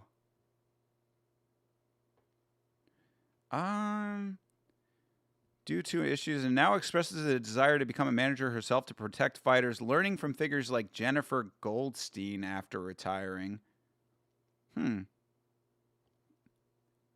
I don't, yeah, maybe it's Jennifer Goldstein he's referencing. If he's saying it's a she, I don't know. Maybe we were falsely attributing things to Tiago. Sorry, Tiago. If you were not involved, you just caught a stray, and I apologize for that. What's going on, but she like keeps like kind of like dropping like subliminal hints at New York. Is there something more about New York that I don't know or whatever? I was like, nah, like I told you what happened. Like I tried to fuck with her, nothing happened. Like, you know what I mean? It was what it was, you know? So when she does it again, my girl tells her like, hey, like I know about New York, like I'm not mad, I'm not tripping about it, like I don't, like we're good. I know my man. I understand how. Hold on a second. Like, He's saying that that's what his girl is saying to her. When she does it again, my girl tells her like, "Hey." Oh, okay, so yeah, so this is his girl talking to either Joanna or her manager, saying, "Hey, we're good. Like, I know what happened." I guess to the manager, right? I guess it has to be to the manager. So his girl is saying to her manager, "Hey, I know the situation. Everything's cool." Like, I know about New York. Like, I'm not mad. I'm not tripping about it. Like, and if they didn't smash, what the fuck's the difference anyway? Why would this have led to Joanna being out of pocket with him if she's the one who turned him down? There's still issues with this story. I can't get over how prominent the scars are on his face. I mean, that's fight life, man. I don't like. We're good. I know my man. I understand how, we're good, right? So their manager then takes this and like, because now she can't like drive a wedge or get the reaction she wanted or whatever, she is that. So she just straight up turns to Joanna and says, "You had sex with Jamal?" Like, says this to her in front of my girl, which understandably could be embarrassing for her. Right? Which is something I absolutely never said. I said I try to sleep with her. Okay. Man, I'm glad we went down this rabbit hole. So, all right. Things getting put out on Front Street now. So he's saying that the manager said to the girlfriend that Joanna had sex with Jamal, and he's like, "No, I tried and it didn't happen." And now this is an embarrassing situation for everyone involved. This manager sounds like the problem in this story. Why was Joanna not saying, "Hey, yo, shut the fuck up. You work for me, shut up." Right? So she says this to Joanna. Joanna jumps up. She's upset like, "Yo, nah, I'm not like that. I'm from Poland. We got Poland is, in this whole story, Poland is a separate character, I would say. Like, Poland comes up a whole lot in this. We don't do things like that in Poland. We don't have sex with, I don't know, people. we don't have sex in Poland. Never happens. Joanna probably wants him now or something. Well, that's what we were kind of saying earlier, is that Joanna does have a history of trying to go after men that she's interested in. But then if she wants him now, why didn't she just let him smash then? That's what I'm not understanding. Bro, Yama Cat, all up on the desk right now. I don't think I've seen him out of fight with these scars. In my head, he's still flabby babyface Jamal. I mean, You know, being a champ will do it to you. Managers are always the worst. Well, they shouldn't be, considering that they are employees of the people they represent. They're employees of the people that they are representatives for. So if I was in a situation like that and my manager was doing that, I would have pulled that. I would have left the situation. I would have taken the manager aside and said, "Excuse me, what the fuck do you think you're doing? Stop what you are doing currently and course correct immediately." Got morals. We don't do that. Ooh, this and that. Like you're cool. Now, mind you, this entire time we're at this event, my girl and Joanna have been sitting and talking, been cool, best of friends this whole time, right? Now, and this is with her knowing, she knows she was not tripping about this at all. It's whatever. So I'm over on the dance floor. I'm doing my thing over like this. So that all happens and Jamal hits the dance floor. Based, you know? Fuck this. Let these chickens go cluck at each other. I'm just going to go dance. I'm going to dance it out. I would love it if after that situation, Jamal just busted out in a choreographed dance routine on the dance floor. Like, he clears the dance floor out. It's like, man, my girl is getting into it with Joanna. The manager's involved. I just need to get out there. And then he just busts out with crazy moves and everybody's just like, damn, I didn't know Jamal could dance like that. And then all the rest of the women in the room also want to fuck him. And now this is a huge, huge issue for him. So maybe he shouldn't have done that. What'd you miss in the last 4 minutes? CTE, actually, the last 4 minutes have been pretty illuminating. So basically what we've gotten so far, to catch you and everyone else up, they were at an event. They were seated at the same table. Joanna Jędrzejczyk's manager was with Joanna. Also, Jamal at the event where Connor threw the dolly at the bus. At that event, Jamal had tried to smash Joanna. He shot his shot at Joanna at that event. So at this other event that they're at where Joanna is there with her manager is sending subliminal messages to Jamal Hill's girlfriend, trying to let her know that Jamal tried to get with Joanna. Then eventually the manager just comes out and says, Jamal banged Joanna. And he's like, no, it didn't go down that way. Then Jamal left the situation to go dance. Which is really the funniest part of all of this so far, is that Jamal booked it to the dance floor. He's like, I'm done with this. I'm going to go shake it off like Taylor Swift. Calm down, Jamal. Don't blow an Achilles. Yeah, that's also quite factual. At least if it was on a basketball court, things could have been really bad. I come back, she's left, and now this whole thing has already happened. Now, the whole thing in New York, right? Well, there's a lot, man. There's a lot. There's a lot. No right shit, now. there's a lot. This whole thing, this whole situation is crazy, and it absolutely makes no sense.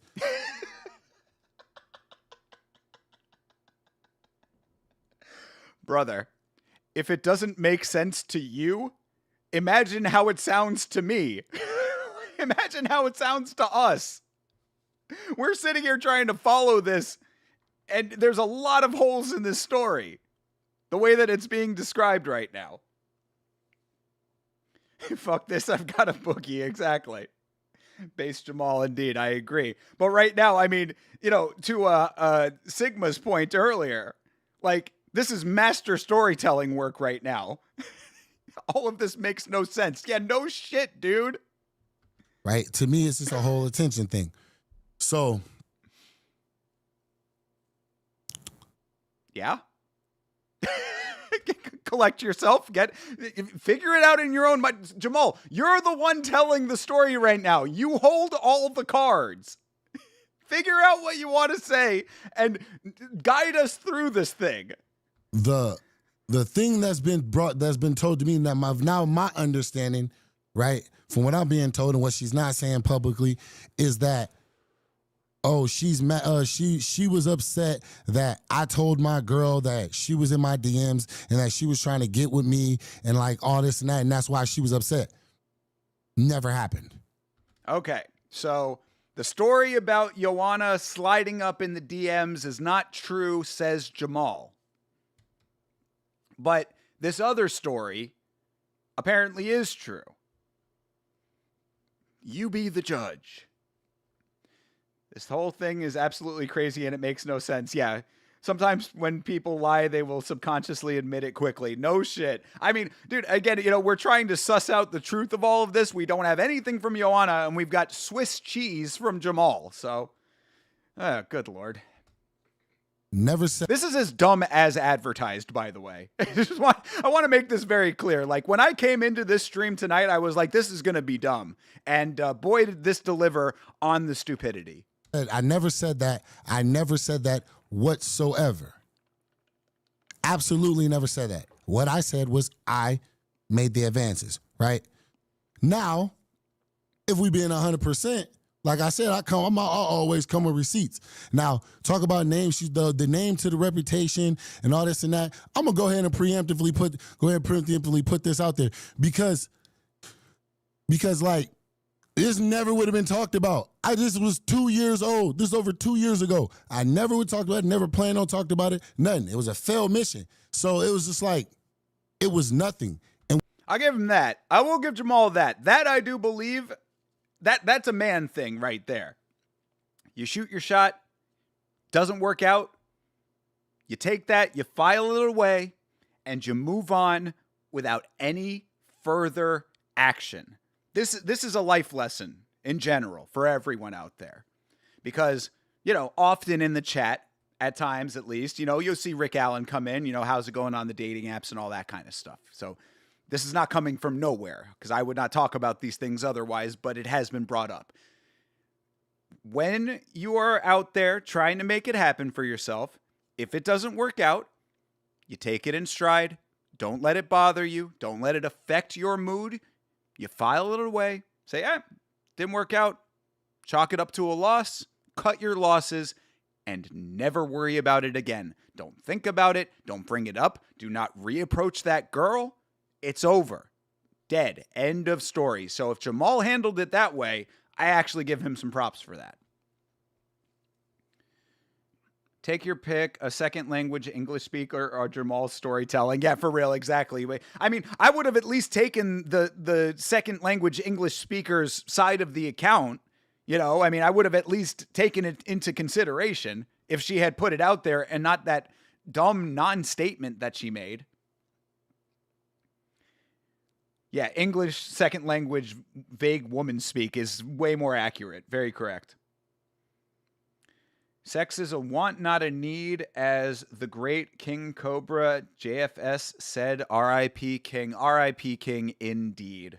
For real. King Cobra was a real one. And we were good. And you will see. And now tell me how this all goes from this to where we end up here.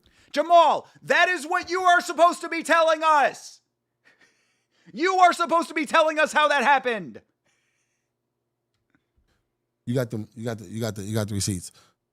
So, yeah, start from the first screen Jamie, roll the tape. shot, from first message. Okay, Joanna. So wait, okay, so on this side, that's his side, right? Like the what are you doing is from him, I think, right?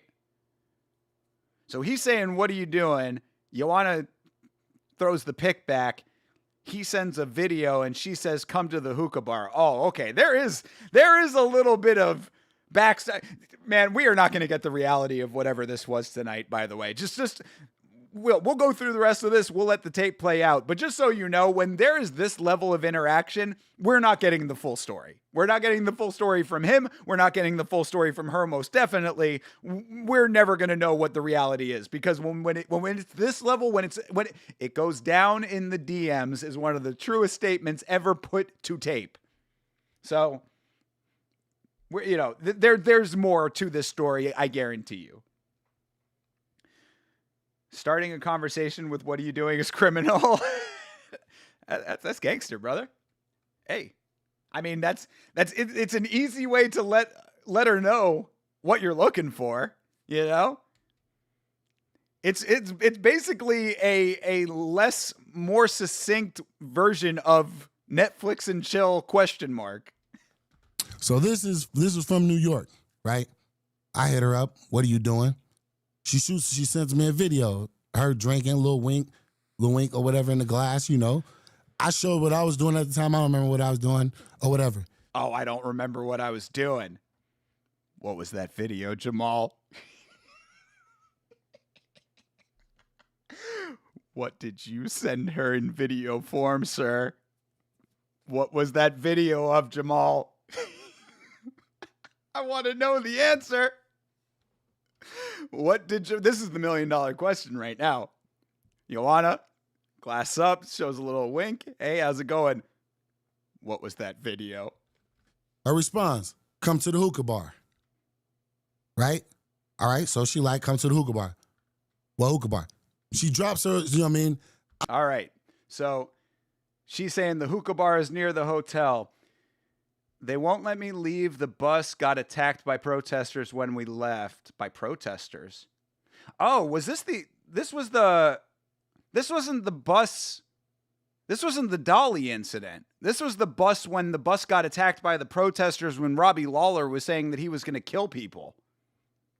Okay, my bad. All right, see, this is, again, master storyteller Jamal here. I'm trying to piece this all together through what he's saying. So this wasn't the Dolly incident bus dealie. This was when the bus was in the city where the protests were happening and the bus got caught up in the protests. Okay, different set of circumstances. I'm at the bar at the hotel. You should come here. Oh, got the heart off of that too. Don't cry like a Don't cry like a bitch. What the fuck, Joanna? Damn, Joanna. Okay, we're getting a lot more context here. Damn, Joanna pulling out the gangster card for real. Don't cry like a bitch. Wow. That's an aggressive woman right there. Don't cry like a bitch. Come on, we're 4 minutes away.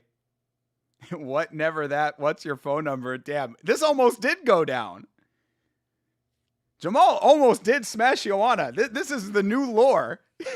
This is new lore. New lore has dropped, people. But yeah, Joanna coming out of her face like that aggressively. That's an aggressive response from a woman. Don't be a bitch. Get your ass over here. Oy vey. All right. Jamal lifting weights, yo, legit. That's what I'm saying. Did Jamal send the video letting that snake moan? Did Jamal release the serpent? Jamal lifting weights is wild work. Yo, what up, Jesse? Jamal used John Jones' hidden technique, Big John Saw. Told you want to think she's a gangster or something. Yo, Sigma, you ain't wrong. You ain't wrong. That's too aggressive of a statement for my liking. I remember there was a time I was with a girl. This is another red flag for all you younger gentlemen out there with ladies. When a woman puts you in a situation that makes you feel challenged, like she's challenging him here, note that. You can still try to pursue it if you have the ultimate goal in mind or whatever, but that's not a woman that you want to stay with. This is also a red flag that was raised with Ian Gary's wife. I'll explain. There was a time where I was with a woman. We were driving. I was driving the car. And we needed to get somewhere. We were going. We had like a reservation or something. And we were going to be late. We were running late. And she's like, well, why don't you just pick up the pace? Just drive faster. And to me, that was an instant red flag right there. I was like, I drive how I drive to keep us safe. And she was trying to egg me on. She was goading me on to pick up the speed, just start weaving in and out of traffic, whatever, this kind of thing. She wanted me to be whipping in the car. Instant red flag. I was like, I don't appreciate that because you're challenging my masculinity by saying that I'm driving like a granny or whatever when we got somewhere we need to be. I'm getting us there safely. I'm looking out for both of our safety right now. You're not only challenging my masculinity, but you're also disrespecting me in a way.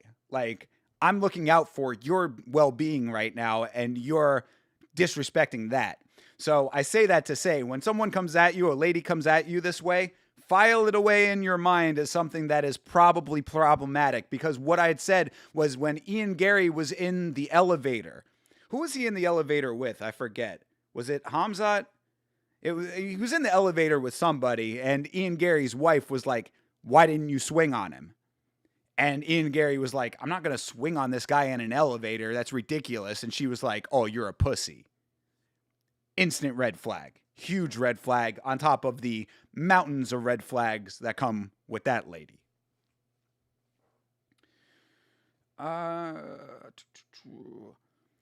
Joanna is a dominatrix for sure. I mean, if you're into that sort of thing. But there's a time and a place for that. What if I want her to challenge me? But that's what I'm saying. It's in a time and a place. There's a proper level of that. There's a proper level of that. And you can always tell. I mean, if it's playful, if it's something that you're into in the dynamics of your relationship, you can have a little bbit of that. Because I mean, obviously, I'm not going to be like, if she's playfully like, come on, don't be a baby, whatever, like, then it's like there's levels to it. And I guess maybe I'm reading a little bit more into that statement from Joanna than maybe is there. But I'm just saying, like, you have to know the person well for that. Like, the way he's describing this is like early interactions. You saw it if you go back to the last one, you see her name up at the top, like up here. That's the beginning of their interactions at all. You know what I'm saying? Like this is the first messages that he's had with her. So like, if it's one thing, if you've been in a relationship for a while, the levels with that. But like, to have that as initial interactions, the girl that I was with when I was telling my story, like that was early. That was like our second date. So like, too early for that type of exchange, in my opinion. Plus, I like to keep a little bit more control in my relationships in general. I'm the captain of the ship kind of thing. So she wanted you to go full Florida man. I mean, understandable being where we live, but you got to resist that. You got to resist the urge to Florida man. That's the sign of maturity. Green flag. I want to whip this. Whoa, hello. And was holding back because I thought she'd be scared. I mean, fair. You could probably frame it that way, but I just frame it as watch your mouth. Like, know the dynamics of this relationship. Yeah, it was Hamzat. Okay, there you go. Ian Gary's wife is the red flag. Very true. Hey, checkmate. What's good, bro? How you doing? Insert 2 poorly drawn thumbs up joke here. Yep, we already had a couple of those. Appreciate you, bro. Hope you're doing well. Pulling that move on the second date is wild. That's what I'm talking about, dude. Absolutely. And trust, like, again, I know that you don't know her, but trust if you knew the type of woman that she was and like the other things, there were plenty more that like knowing who and how she acted, like it was exactly like how I'm describing that. Like it did not last very long with that girl. Like I was seeing red flags in multiple different areas. I'm literally Drive guy from Drive, though. I mean, okay, well, then there's a certain type of girl that'll probably be attracted to that. If you want it, like, again, it's what you are comfortable with and how you want to operate. That's always the main point, is it's not about any specific one incident. It's about how you embody yourself and how you present yourself in that situation. Like, to me, I'm not that guy. Like, I'm going to be safe and get us there safely. And I'm looking out for both of us in that situation, so don't challenge me. You want to be a little bit more that way. Maybe that's something that's attractive to her, whatever, but there's going to be different versions of that.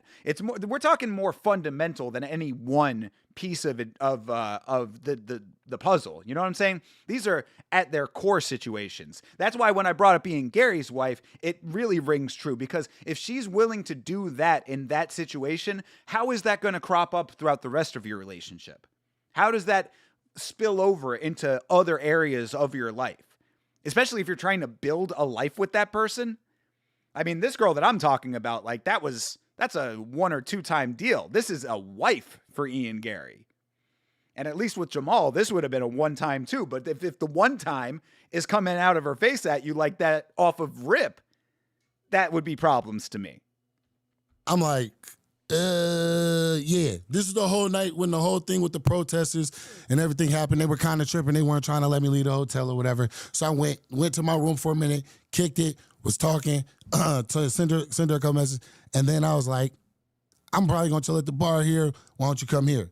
Charlie didn't say nothing. It was like, come on, come to the bar where I'm at, you know. Rookie move, by the way. Even if they're not letting you leave with the hotel stuff, like, if she's telling you to come to her, you figure out a way to get to her. Never expect a woman to take the initiative in that way, brother. You need to, like, you are the one on the mission here. So you need to do all that it takes to make it a successful endeavor. Don't try to have it come to you. That's not how this works. Was slightly disrespectful. Kind of shows you the undertone of how she, you know what I mean, her respect whenever it comes to even speaking with men. You get what I mean? But I mean, look, he interpreted it the same way that I would have interpreted it, so I'm okay with that. You're seeing what I'm saying there. Hello? But you know what? Never that. What's your number? And she didn't send me her number. She just shared her location with me. And this is why you don't try to have them come to you, brother. Okay. Based on what we have heard of this situation right now, this is what I would suspect was happening here. He's drinking, Joanna's drinking, he's trying to smash. Joanna's okay with it. She's good with it, but she also is trying to be a little guarded as well. Maybe she wants it to be a one-time. You know, she wants it to be a one-off. She doesn't want to start building with you. She doesn't need you to have her number. What happens when you give anyone your number? What happens? They call you. They text you. You become more in their life than they want you to be. DMs on Instagram is what Joanna wanted you to be. So this was a misstep on your part if the ultimate goal was to smash. Right. She shares her location with me. I go to the bar. We chill. See, and bro, I'm being confirmed in real time. She sends the location and says, "Try to find me." This is woman traits right here. That's typical. Try to find me. Come get me. I want to be chased. I give him credit though. What? It's on Polish. I appreciate that. Come here and take your people. Uh-oh. Now she's bringing other people into it. That's never a good sign. That's never a good sign when you want to make it a party as opposed to a two-piece. It's like the Prey and Pred. Actually, it's not like that dynamic at all. I mean, to an extent.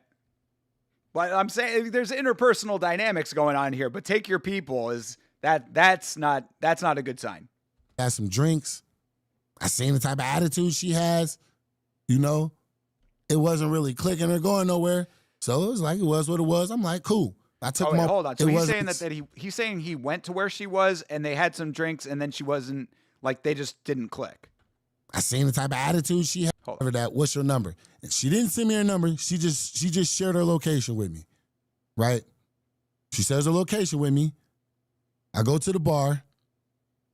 We chill. Okay. We had some drinks. So yeah, so he did go to her, and they linked up. They hung out for a little bit. I seen the type of attitude she has, you know. It wasn't really clicking or going nowhere. So it was like, it was what it was. I'm like, cool. I took my ball and I went home. Really, I mean, as far as that part of everything goes, like, I'm okay with all of this. Like, I think that this is, like, he's handling that part of that situation pretty okay, in my opinion. You know, it's not going to work all the time. This is a fundamental thing to understand as a man. It's not going to work often. There's a select group of men, for whatever reason, that it seems to just work out for on a regular basis. Congratulations to those guys. But for the vast majority of us, it's not going to work out all the time. You have to be okay with this if you ultimately want success in the big picture. Playing hard to get is something that, as a society, we should shun. I agree with that. I hate that, actually. I think it's dumb. I think it's very dumb. And it ultimately leads to, like, more negative than positive. But I also think that there is a pride issue when it comes to that. So, there are levels to it. Like it's different if it's playing hard to get with an express level of interest built into it, where it's like, I don't want to be easy, but like I'm still giving you the right signs. But then when it comes to mixed messages and all that, it gets a lot more complicated. So I, in general, agree with that statement. E-Money J, what's good, brother? Hill should be champion? I mean, he can go back and get that belt anytime he wants, bro. He was barking up that tree with Alex Pereira for a while. Hill needs to check leg kicks if he ever wants to be a champion. You know what I mean? I'm going to take my ball and I'm going to go home. I'm not making shots today. The shot's not going in today. All right? There you go. So, that's it. Like, that's like the gist of it. So even if that's the gist of it. I agree. He's the GOAT. Same, obviously. I mean, if there was any question before we started this stream, I think this stream right here and this video we are watching should give you all the information that you need to know that Jamahal Hill is, in fact, the GOAT. Nothing kills the mood faster than someone who makes you feel like you need to earn their attention. Could not agree more. Absolutely. And this is also why I generally am very okay being alone, because I'm just like, you know what? You go ahead and have your personality and attitude that you want to have. I will have no part of it. I am very, very comfortable by myself. So, I lose interest extremely quickly when it comes to people in general. I mean, just like, so it takes a certain type of person to be my friend. It takes an even more certain type of person to be a romantic interest for me. if you go further down in these messages, you can see. All right, shaking my head, whatever. Okay. So he's saying he's on the way to the bar, shaking my head. He's like, all right, yeah, it didn't work out. Sleep well, champ, damn. She put a fucking bow on that one, wrapped it up, and shipped it out. Uh-oh. What is this next part, though? Drunk Joanna? You have a problem. You can't watch me, but I can watch you. Yeah, what the fuck is she talking about? Yeah, she might be a little bit weird. She might be a little bit goofy. I think that maybe Joanna's true colors are showing a little bit here. Because what is that little set there? She might be drunk, and she might be talking shit right now, and this is a little strange. Yeah, I also would have been like, what? What are you talking about? You know what I mean? Dip, we cool. She responds, obviously, I'm not going to say nothing back. You already said good night. You know, we ain't. There's nothing to talk about. Yeah, handling it correctly. That is absolutely correct. There is no need for a response there. You go down to the next receipt. You see after this, there was no bad blood from this. No bad. Hold on. Okay. So, you see, talk about. So yeah, this is all.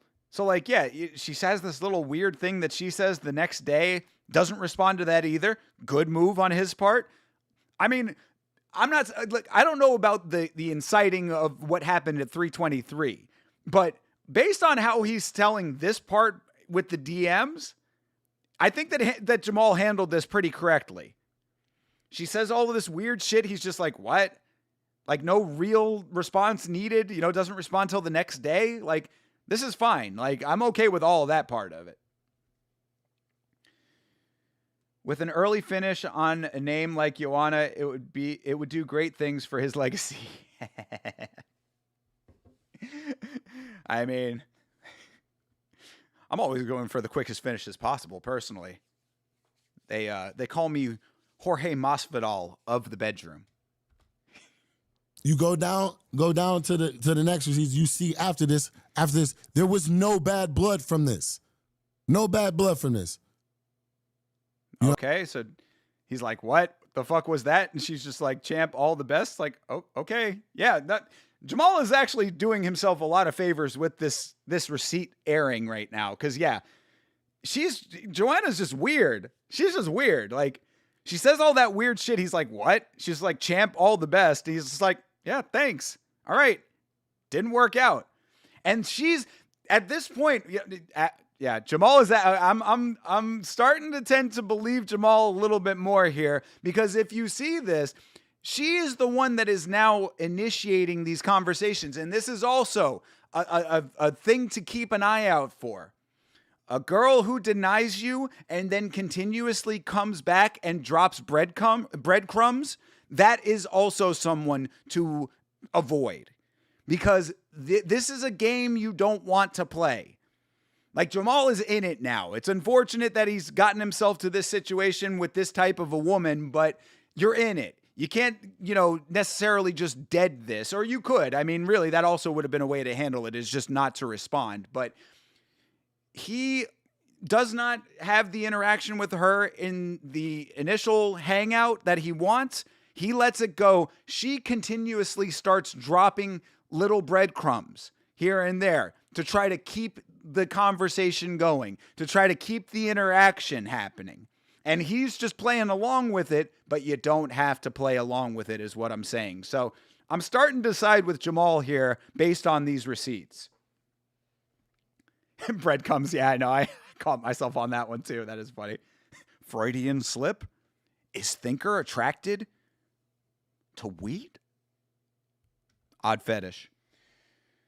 Gotta attribute those weird messages to the booze and second language. The second language aspect of it, I don't know, man. I don't know. Because like I said, Joanna speaks pretty goddamn good English. You know what I'm saying? I mean, you heard her in the message that she put out earlier, and she's been in the States for a very long time. I don't think the second language thing is playing too big of a part here. Rent-free 007. Hola. ¿Cómo está, amigo? You know what I mean? Champ, all the best. Thanks, champ. Happy birthday, champ. Thank you, champ. This is how whenever I got to the event, I walked up and I addressed her and I approached her this way. She completely flipped on me. I still right now am now being looked at, painted everywhere, which way, and all this. I still don't know why she's mad. Yeah, I mean, look,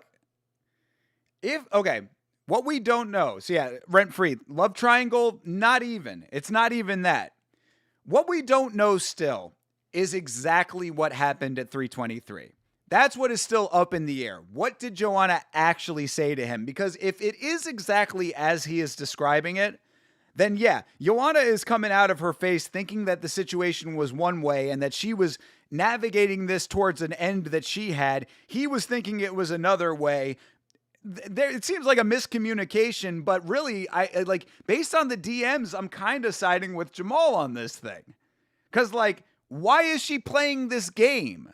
And then for her to have any negative interactions with him at the event, like, why is she what is the impetus for that?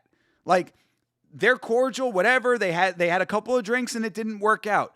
Like, and now granted, also, we don't know what happened on that night too, but if he's saying that he was trying to smash and didn't, then I got to believe that was her doing.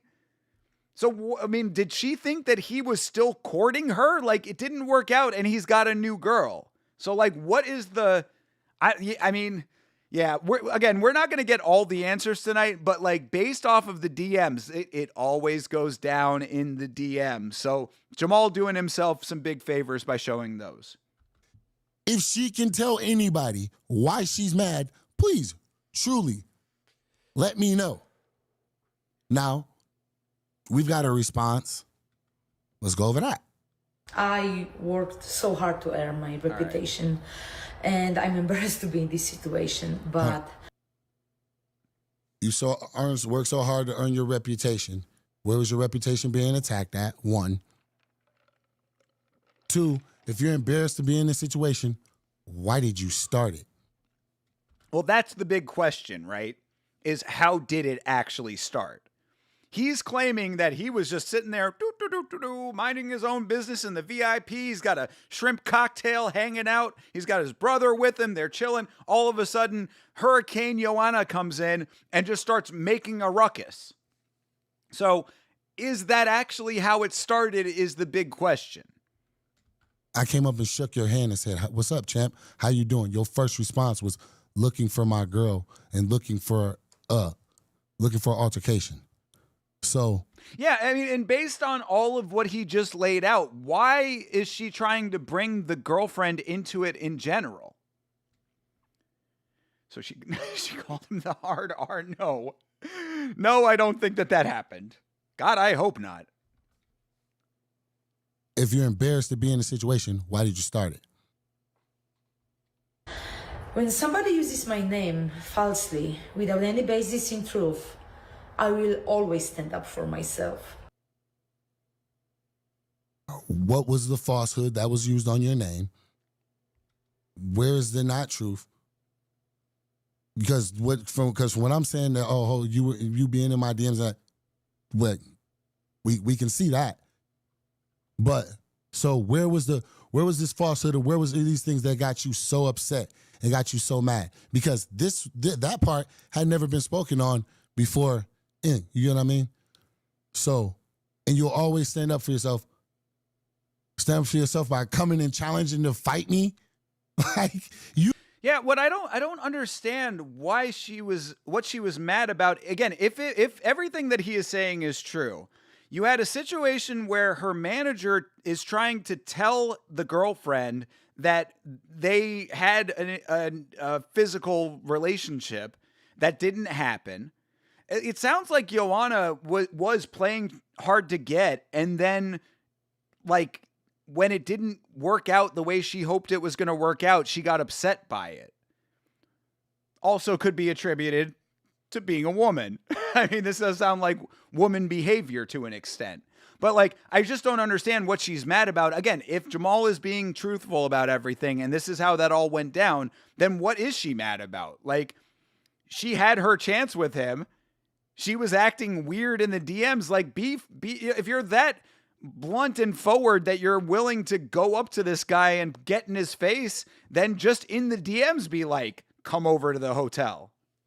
It could have went down real easy. Like, I don't know. I mean, if this is true, like, this is definitely not painting Joanna in a very good light here. You came up and challenged to fight me, right? Now, if I was ignorant as everybody else saying, trying to paint me out to be, I would have obliged you. We stood there by any eyewitness account. We stood there face to face for quite some time with me standing there, not approaching you, just talking. What was she gonna fight him over? Not banging?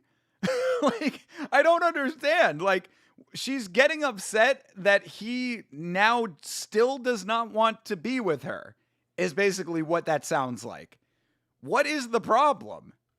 And you were getting hyped. And once again, I like to point out in that video, all right, in what altercation is a man so aggressive or threatening towards a woman, and they come in and grab the woman? You can see in the video my security standing behind me. He never had to grab me. He never had to intervene in front of me or any of that. I did say that earlier. I was like, it is interesting that Joanna is the one that's having to be restrained. So, I don't know, guys. I think Jamal Hill might be cooking over here. And if I was ever, he would have been right there. He would have been right on it. Well, let's finish it up. Who has the benefit of a lifetime of self-defense training. I have a platform and resources that most women don't have. Virtue signaling. So I empathize with the women who are disrespected and threatened and lack the power and real means victims. to stand up for themselves. Hey, hold up. Now, see, this right here is a problem. This is one of the main problems inside. There are really women that are really threatened, that are really victims, that really go through things, that aren't going out there challenging men, going in men's faces to try to challenge them to fight or try to threaten their loved ones and things like that. And you would try to use that umbrella to try to make a point because you can't tell anybody why you were mad or what other little petty thing or whatever was going through your head. I mean, Cook, brother, I have to say, like, he's based on the DMs. The DMs tell the story as far as I'm concerned right now, not knowing the truth of what happened at 323. Really, what we really need is Andre Feely to come out and say something. But, like, yeah, for her to frame it the way that she's framing it when there are DMs that way that are, like, showing that she wants there to be an interaction, showing that she's the one putting the breadcrumbs out there, that does not look good for Joanna, and that video is definitely bullshit. Like, no matter what happened at 323, like, well, really, I mean, no, I might not say that. I mean, like, if he was being antagonistic, then yes, I mean, probably is more of a basis for her to be upset and frame it the way that she framed it. But like, I need to hear what the actual inciting incident at 323 was from an objective party. Like, so if Andre Feely, if you are out there listening, like I know that you do, let your boy know how that all went down. This will henceforth be called Joanna Gate. We need the tapes. Release the Joanna Gate tapes. Damn, Jamal going blunt with facts. Yeah, legit facts. That's what I'm saying. Like he's really cooking right there, for real. Because like I said, that is what we were talking about earlier with the female privilege aspect of this. She can always fall back on being a woman and I'm speaking up and being a voice and platforming women who otherwise wouldn't be able to be heard and all that kind of stuff. But you were the one in the DMs. The DMs don't lie. The whole time we were there, like, and when my girl's not looking, she's winking, like staring at me, doing all this. She was doing that. At that event? At 323, you're saying? Matter what other little petty thing or whatever was going through your head, the whole time we were there, like, and when my girl's not looking, she's... Oh, I think he's talking about at the one where the manager said the stuff that the manager said. Again, Jamal not really telling, like, it's a very Swiss cheese story here. It's a lot of like jumping around, but I think that's what he's getting at, is that at the event where the manager spilled the beans on the non-incident, Joanna might have been trying to make passes at him, is what he's getting at. Winking, like staring at me, doing all this. She was doing that. Now I will, and I'm gonna straight up say that. You did it. You were doing that. Now, do I think it's some type of like game she like play? Anybody that's been around, you know I'm not lying. Let's put it like this. I'm willing to bet anybody that's been around her knows what I'm talking about. I mean, this is what needs the confirmation. For real, though, because if what he's saying is true, then yes, that is that type of behavior generally does not happen in a vacuum. Does not happen in a bubble generally. That's more of a fundamental navigation when it comes to that type of person. So if there's anybody who can corroborate that, which there should be, then let their voices be heard, because Joanna might be a little bit of a problem. And as I said, there is a history that Joanna has of being somewhat forward with men. You know, maybe that's a Polish thing. Maybe that's how they get down in Poland. I'm gonna just leave it, and I'm gonna just leave it at that. Go ahead. And to stand up for the truth. I expect more from the society. Really, bro? I certainly expect more from athletes in our sport. I expect more from a Hall of Famer. I want to thank the UFC security and staff for their professionalism. I consider this matter closed, and I wish everyone a happy and healthy holiday season. Yeah, it's very convenient for her to consider the matter closed. You know what I mean? After all of what we just saw and what we know now, like, I consider this matter closed. I'm not addressing this matter anymore. Yeah, I bet you are washing your hands of it, Joanna. Damn. Jamal might have just checkmated Joanna Jędrzejczyk on this one.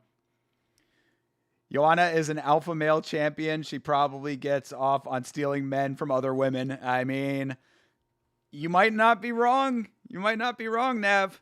You might not be wrong. I mean, I don't know. I mean, based on what we do know of Joanna, she navigates those type of relationships probably in a way that's not very healthy, I guess, to be polite about it. And there could be an element of that. And that is an element that human beings have, right? Like, there are people who have that as like part of their psychosexual makeup.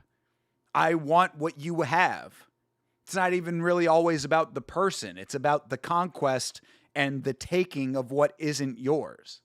So there could be an element of that. Bro, that's scary, bro. I'm gonna be real. That's scary. We live in a society where we've created the type of women that will come. Somebody comes up to you, greets you respectfully, and you get aggressive towards them, start threatening them, turn up, and then you will turn around and try to virtue signal and play victim afterwards. I've always said MMA is all about optics, inside the cage and out, apparently. It's absolutely disgusting and absolutely deplorable, you know. And at the end of the day, yeah, like I said, like you said that after this video, this whole matter is done for me. I'm just simply laying out what happened.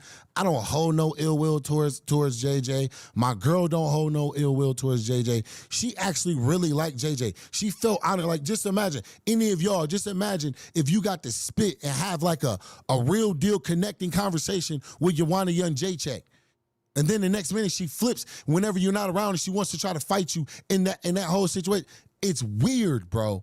I mean, he is making a good point there. It does put his girl in a very awkward situation if this is all being presented as it happened. Because it's like, his girl is a civilian. I mean, she's not, you know, she's adjacent to the fight world because she's with him. But like, to be in that weird dynamic is very uncomfortable, I would imagine, for her. And, you know, if she is as sweet as he is presenting her to be, now, of course, you know, we know that his girl could be as crazy as any fighter, in the sense of, like, you know, she might get agitated, whatever. We don't know her like that. We don't need to know her like that. She's not in the sport that way. But, you know, so if all things are equal the way that he is presenting it, then yes, this is a very unfortunate situation for his girl to be put in, outside of her control. So another kind of knock on Joanna to even be putting someone in that position that really has no, like, will or desire to be in it. This whole thing is weird, bro. She can't tell you what was said, how her reputation was being attacked, or any of that. She can't do it because it never happened. I mean, and this is really the fundamental flaw of Joanna when it came to how she handled this situation. Like, if you're going to put out a non-statement, you have no ground to stand on. Jamahal gets to have the last word in this because you didn't put your side of the story out there. So it's going to be what it's going to be regardless. Your statement was bullshit. And then, not only that, this event was months ago.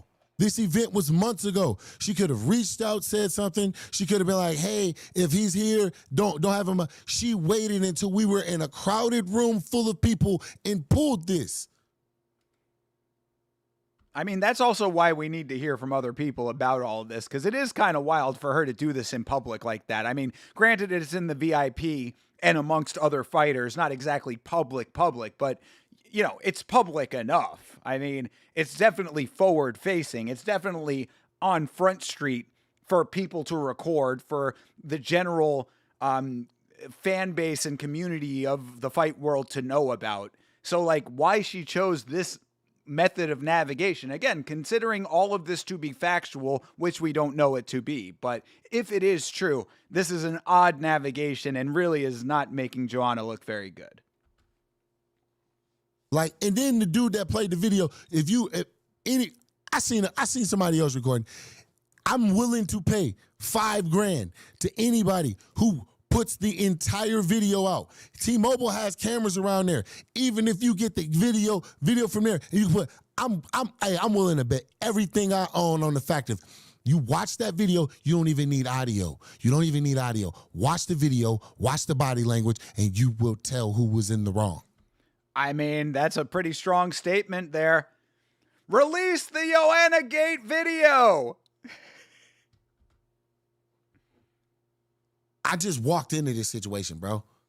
Like, it was like, imagine just going about your day and you just, boom, you just walk into all of this. Yeah, I mean, and look, sometimes it be like that, though. When it comes to women, bro. I mean, I'm not trying, again, not a red pill manosphere guy, but having interacted with women for the many years I've been on this earth, sometimes it be like that. Unrelated, should Shout out to the Dom Cruise video, close to 300 views. Hey, appreciate that. Yeah, I'm very happy with that one getting a little traction. That's nice. Yeah. I mean, I hate that I had to kind of go a little hard on Dom Cruise, but sort of makes it that way. So it is what it is. But yeah, no, very good. Good to see the videos in general getting more views. That's the last piece of the Yama puzzle that we are building together. We are putting the pieces together for domination. Like that's insane, bro. We gotta do better, bro. We gotta do better. We gotta do better at holding people accountable. At holding people accountable for whenever they really doing some foul shit. Release the video. Like, it's cool, all right, it's cool, like, the whole thing is cool in the MMA community to, all right, shit on Jamal, be against Jamal and everything like that. Oh, now Jamal playing the victim.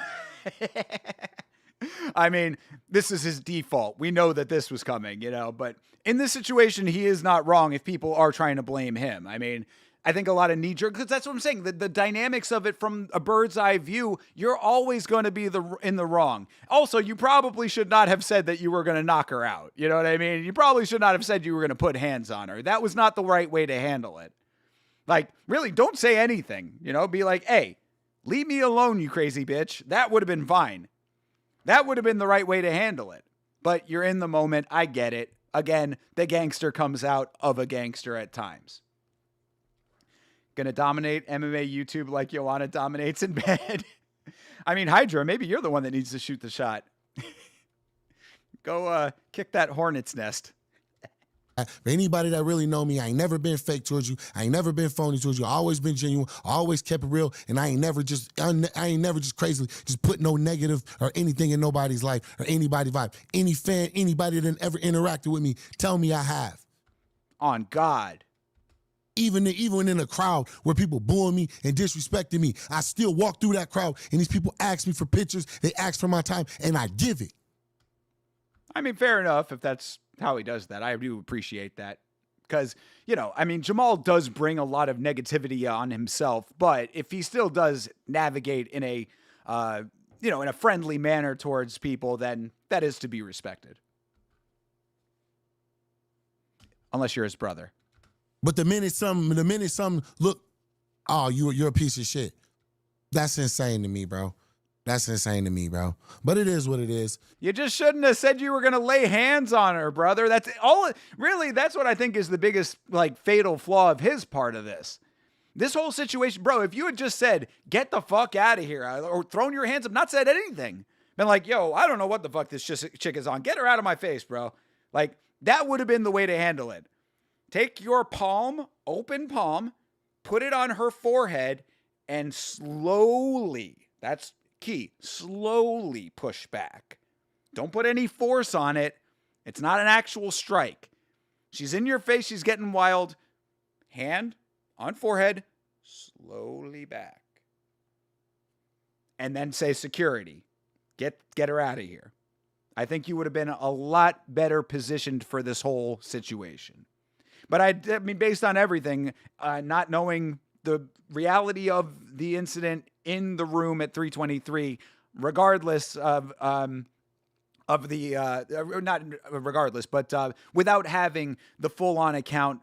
Again, we need Andre Feely to weigh in on this. Somebody tweet at Andre Feely. Get him on the show. I don't want it from an Eastern European dom. I like him goth and Latina. Feel you, bro. Don't we all? You know what I mean? End of the day, I'm living great. Y'all taking time away from a great home that I just bought, just got, and man. No one made you make the video, brother. I'm gonna go enjoy my life. I'm gonna leave this here, leave it here for what it is. Like I said, it's funny how every time these things come out, the one side don't really want to be transparent or clear about anything. But I'm always the one that's just transparent, and it is what it is, man. Take for what you will. I'm done with this. I'm over it. You know what I mean? Except for the $5,000 that's still on the line. If you have the video from the VIP at the T-Mobile Arena, $5,000 coming your way. Jamal Hill, he said he put everything he owns on it.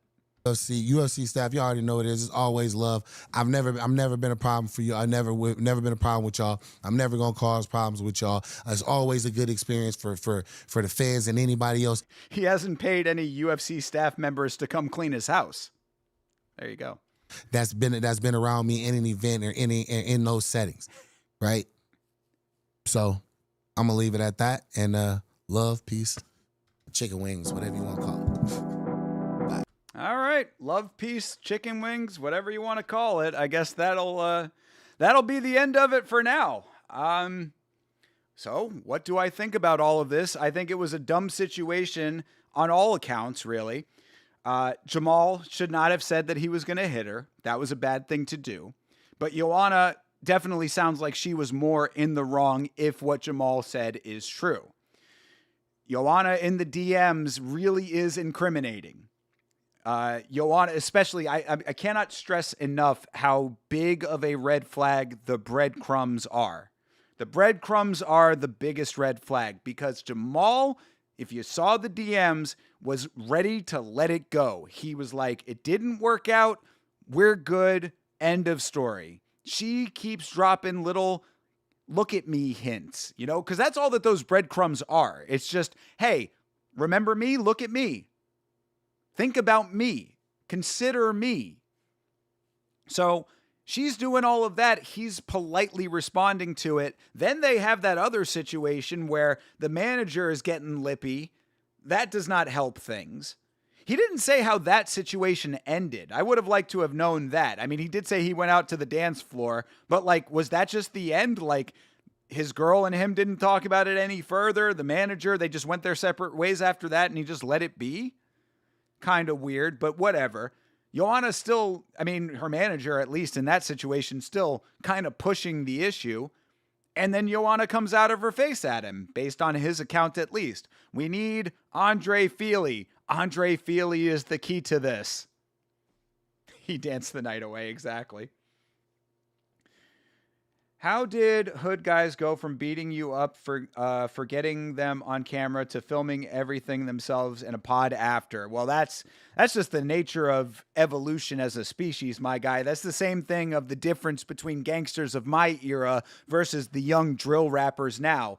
Back in my day, legitimately old unk status here, but back in my day, rappers... Lil Wayne had the line, real G's move in silence like lasagna. That was based in reality.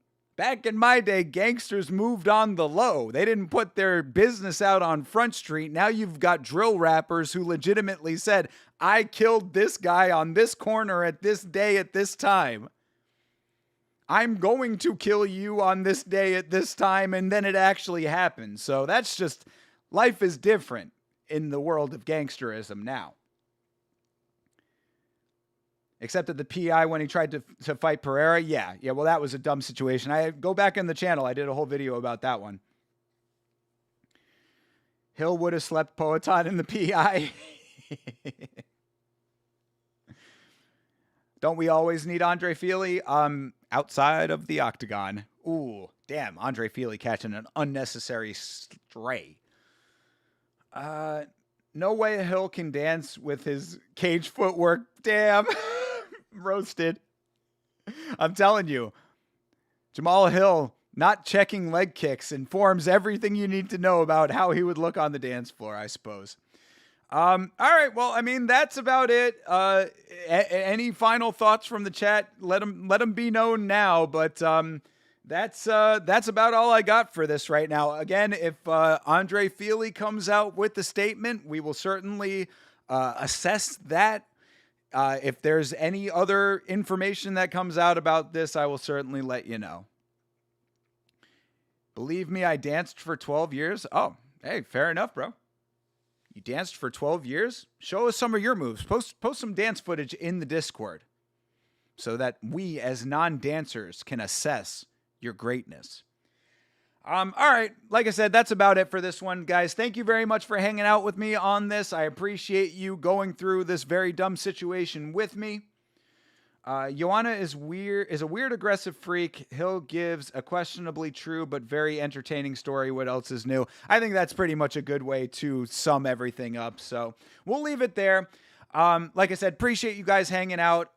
As Hydra mentioned, there's a new video on the channel out right now about Dominic Cruz and his statements about the end of the Pantoja Van fight. Go and give that one a watch. New content coming out all the time. Go and watch the Warrior review. God damn it. We are getting ready for the next MMA on Film. If you have a film that you would like us to review on MMA on Film next, let us know. If it's MMA related, we will certainly consider it.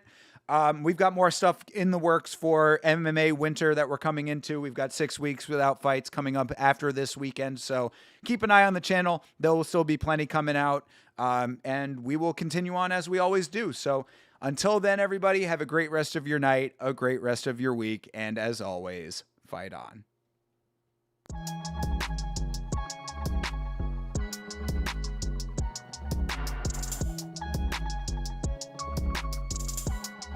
Jedrzejczyk.